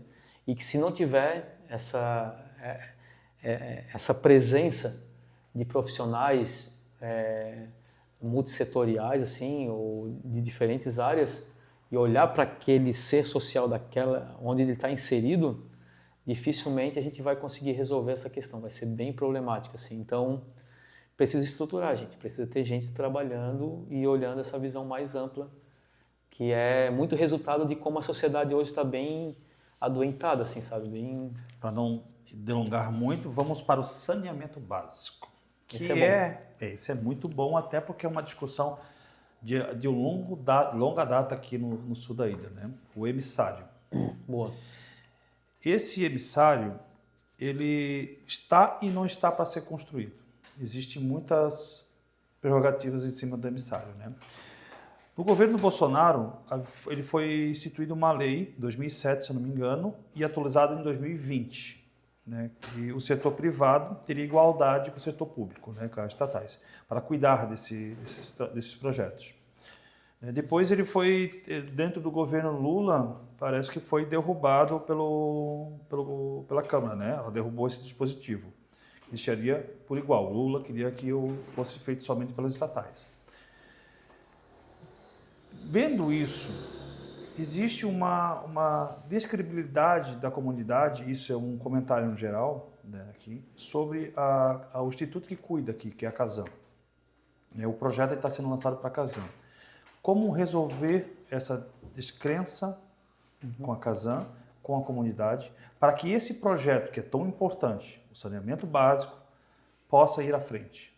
Ou, se for um emissário, pode ser outro projeto, mas que vá à frente realmente, vendo que o crescimento aqui está em expansão e cada vez vai piorando a situação. Legal. Então, vamos lá. Primeiro que o marco regulatório do saneamento ele está vigente, né? Ele está aplicando e ele tem essas diretrizes, né? Tanto a operação ser de equipamentos públicos ou autarquias públicas ou instituições públicas, quanto também de instituições privadas, né? É possível. Mas para isso os estados e municípios precisam adequar as suas legislações também para que se adequem ao novo marco do saneamento. Então não existe muito essa polêmica sobre Bolsonaro e Lula. nesse contexto. O segundo ponto importante desse processo é que em Florianópolis a gente tem um contrato de concessão. A prefeitura concedeu o serviço que é de sua responsabilidade, que é o de esgotamento sanitário e abastecimento de água, para a Casan, né? Que é uma empresa pública do estado de Santa Catarina, com um grupo societário, vamos chamar assim, ou um conselho, né? Que é de indicação política. E que tem a indicação política também dos seus dirigentes. Então, é uma empresa pública com muita intervenção do ponto de vista político, né? E isso define muito. Historicamente, né, secretários de saneamento ou de infraestrutura do Estado, como foi, por exemplo, vou dar um nome bem assim, o secretário Galina, ele já foi presidente da Casan, depois foi o secretário da pasta no município, né? Então, sempre teve muito esse giro entre o pessoal da Casan e depois na Secretaria Municipal. Isso nunca foi muito saudável, porque como tu vai fiscalizar aquilo que tu não fez ou que tu fez e não fiscalizou, né? Então isso também sempre deixou correndo muito frouxo os contratos de concessão. E aí as metas nunca foram cumpridas assim como deveria ter sido cumpridas, né? Sendo que a responsabilidade de garantir o cumprimento das metas é do Poder Público Municipal. Então se a gente tem problemas hoje de falta de saneamento, de ausência ou do trabalho avaliado como ruim da Casan, é porque também o órgão que deveria fiscalizar e garantir isso, que era o Poder Público Municipal, não o fez nesses últimos anos, né? Então isso traz um problema crônico na cidade, né? Então a minha resposta sobre isso é o seguinte: quando eu for prefeito, a gente vai manter o contrato de concessão com a Casan com uma forte fiscalização do cumprimento dessas metas. Onde a Casan não tem as metas estabelecidas, nós faremos modelos de tratamento descentralizado. Em conjunto com um bom programa de tratamento da drenagem, que é algo que é um problemaço para Florianópolis, né? Em conjunto com os sistemas alternativos de abastecimento de água. Então, por exemplo, na minha gestão, eu não vou admitir que a Casan explore a água da Lagoa do Peri e não retorne nada para a comunidade, ou que não pague para aquela unidade de conservação que consegue ter água e que aplique um programa de produtor de água, sabe? Porque se tem água lá, é porque tem áreas protegidas hoje. Então, a Casan não pode explorar aquela água e não trazer nenhum retorno. Então, um dos pontos que eu vou fazer é esse. O segundo, a gente tem uma estação de tratamento de esgoto parada aqui no Rio Tavares, porque sempre trataram de forma irrelevante as condicionantes ambientais. Então, tem que ter responsabilidade. O órgão, seja ele público, privado, a empresa privada que é contratada pela Casan para executar a obra, a empresa privada que é contratada pela Casan para fazer o estudo de impacto ambiental, ela tem que seguir regras e leis. Não dá para superar e querer achar que vai levar no grito as coisas. Então, existe um procedimento para o processo de licenciamento ambiental. É uma área super sensível, está dentro de um parque, que é a Coceira do Pirajubaé, a Resex, está dentro de uma área de manguezal, está dentro. Então ela tem que ter esse cuidado. A minha proposta, eu já apresentei inclusive para a Casan, já apresentei em audiências públicas, é que aqueles, se eu não me engano, 150 litros por segundo produzidos ali na estação de tratamento de esgoto, 250 litros por segundo produzidos ali na estação de tratamento de esgoto do Rio Tavares, ela seja tratada a partir de sistemas de wetlands construídos no entorno do aeroporto. É possível fazer isso, é uma tecnologia que não é tão cara assim como eles falam, mas é a tecnologia mais avançada que nós temos e que é possível. Hoje nós temos aqui especialistas em sistemas de wetland que trabalham no mundo inteiro, que foram para a França, inclusive, desenvolver agora para a limpeza do Rio Sena, que é justamente garantindo o tratamento através de mecanismos físicos e biológicos antes de lançar ele no corpo hídrico. Então, A minha proposta... Tiraria daqui do Rio Tavares, então levaria para... Bombearia esse esgoto tratado e lançaria numa wetland construída. Essa wetland construída, ela não necessitaria mais do que 20 mil metros quadrados. E não é difícil de ter isso em áreas, inclusive, de amortecimento do próprio aeroporto. Então, é possível. Ali nós temos uma unidade experimental da universidade. São quase 120 hectares da universidade, que também é possível de se fazer esse tipo de equipamento. E resolveria o problema. Resolveria a treta do licenciamento, tanto para lançar lá na Bahia Sul, que eles querem lançar agora lá na costeira, na frente do Saco de Simões, quanto o licenciamento, que é um mecanismo super difícil de se conseguir garantir, que é o emissário submarino aqui no Campeche. O emissário submarino, eu acompanhei o pedido de licenciamento, ele é um equipamento que, se ele fosse licenciado hoje, ele ficaria pronto só daqui 12 anos. Ele seria operacionalizado só daqui 12 anos, para ver o limite que nós estamos vivendo. Então, para resolver a ET do Rio Tavares, a minha resposta é essa. Depois nós temos uma ET lá no João Paulo, tá? Que é uma ET que está ela saiu de tratamento primário para tratamento terciário e ela precisa ter o lançamento dela mais distante, ela tem que ir para o fluxo, onde a maré vai levar o resíduo. Se ela for lançada onde está lançado, todo o material tratado vai voltar todo para a praia do João Paulo.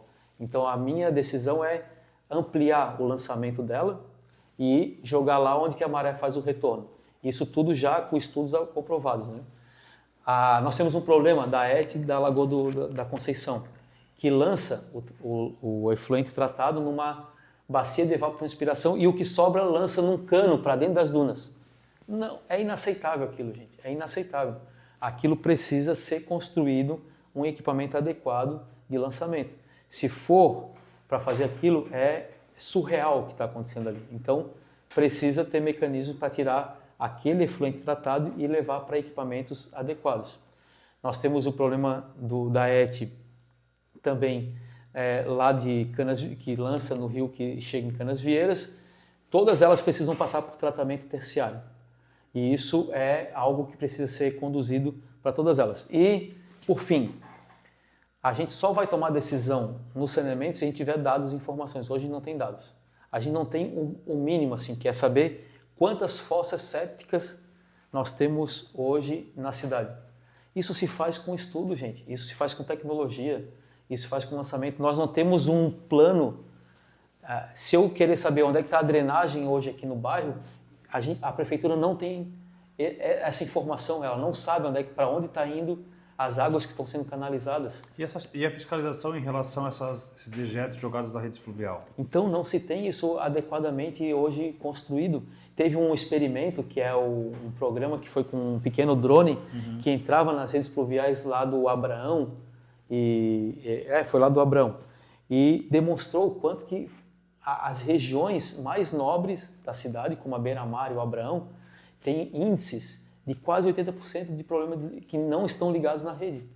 Então tem que ter mecanismos de fiscalização, tem que ter mecanismos de usar tecnologia e inteligência artificial para poder ter o controle dessas áreas. Quando tu tiver o controle desses dados, tu consegue ter uma ação. Agora, eu defendo muito os sistemas descentralizados. Como que a gente libera hoje um loteamento, um condomínio, sem o tratamento de esgoto, sabendo que não tem tratamento de esgoto na região? Vai aumentar a fiscalização em cima disso? Tem que aumentar a fiscalização e tem que garantir que esses equipamentos eles façam tratamentos com soluções baseadas na natureza em cada loteamento, em cada condomínio desse. É isso que a gente vai exigir. E isso não é caro para o empreendedor, gente. Isso, inclusive, pode ser um atrativo. Nós temos, hoje, tecnologia suficiente para fazer isso.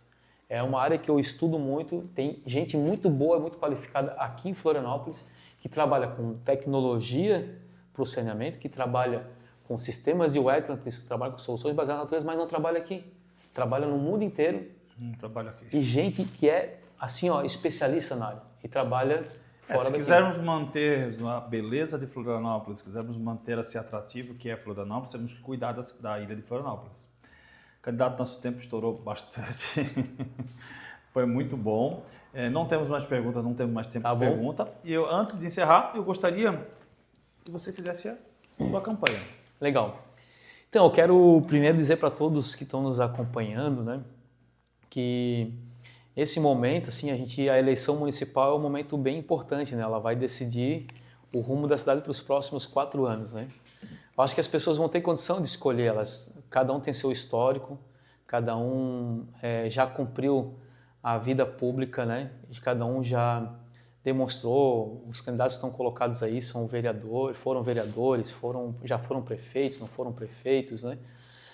Foram deputados, então eles têm uma trajetória, né? Eu acho que é importante as pessoas acompanharem e conhecerem profundamente a trajetória. Vai ser uma guerra assim de informação, de jogo de informação, né? Mas é importante que a população saiba que esse momento é um momento bem decisivo da vida da cidade. A cidade de Florianópolis está numa encruzilhada, eu vejo, sabe? A gente perdeu muito assim nos últimos anos. É uma cidade onde que é um dos aluguéis mais caros do Brasil, onde comer fora de casa é um dos maiores custos do Brasil, onde comprar um imóvel é muito caro, né? A gente vê as pessoas aprofundando cada vez mais, né, a diferença social entre os ricos e os pobres, né? A gente vê a cidade crescendo e não vê praça, equipamento público sendo construído. A gente vê a cidade crescendo, a gente vê cada vez mais esgoto sendo jogado, né? Então, eu digo assim, ó, ao mesmo tempo, ainda é tempo assim de dar uma outra direção para a cidade, né? Então eu estou muito com esse objetivo, sabe? Do meu jeito, assim, mais simples, do meu jeito que sempre tive essa condição, mas também com a minha capacidade de estar me preparando para isso há tanto tempo, sabe? Tecnicamente, como engenheiro agrônomo, como estudioso da área social e ambiental, mas também politicamente, né? Tendo sido vereador, agora deputado, tendo participado de espaços importantes, né? Eu acho que a cidade de Florianópolis ela pode ser uma referência do desenvolvimento local, olhando para os grandes dilemas do mundo hoje, né? Então, esse é o que eu peço assim, para as pessoas olharem nesse momento, né? Olharem para que elas vão tomar uma decisão que vai perdurar por mais 4 anos, sabe? E agora é uma grande oportunidade, inclusive, de dar uma outra cara, de levar para um outro caminho, né? Então, é isso que eu falo para as pessoas pensarem e terem isso em mente quando tomar a decisão. Pode falar o número? Não pode falar Ainda número não pode agora, falar. ainda não. Tá certo. Esse é o nosso candidato Marquito, né? O nosso querido José de Abreu, Marcos José de Abreu. Essa entrevista maravilhosa. Eu quero te agradecer. Muito obrigado por dispor do seu tempo e vir aqui no nosso canal do Papo do Salão, tá? Muito obrigado mesmo. Agradeço por mesmo vir aí, aqui. cara. Pô. E foi, olha, tão boa que passou rapaz, mais de 2 horas. Sério? Mais de 2 horas Não acredito. conversando. Não acredito. Pessoal, eu quero agradecer a todos que participaram, tá, do Papo de Salão, fazendo as perguntas para o nosso querido candidato Marquito, tá? Continue seguindo, curtam, inscrevam-se no canal, toque o sininho, ativem lá para receber notificações, tá? E vamos compartilhar essa entrevista maravilhosa. Um beijo no coração de todos, muito obrigado, Marquito, mais uma vez, muito obrigado, Tamo tá? junto. E façam como o Marquito falou. Estudem, procurem ver se é o seu candidato, realmente o que ele vai trazer de proposta para a cidade. Vote com consciência. Tá ok, pessoal? Beijo no coração e até a próxima.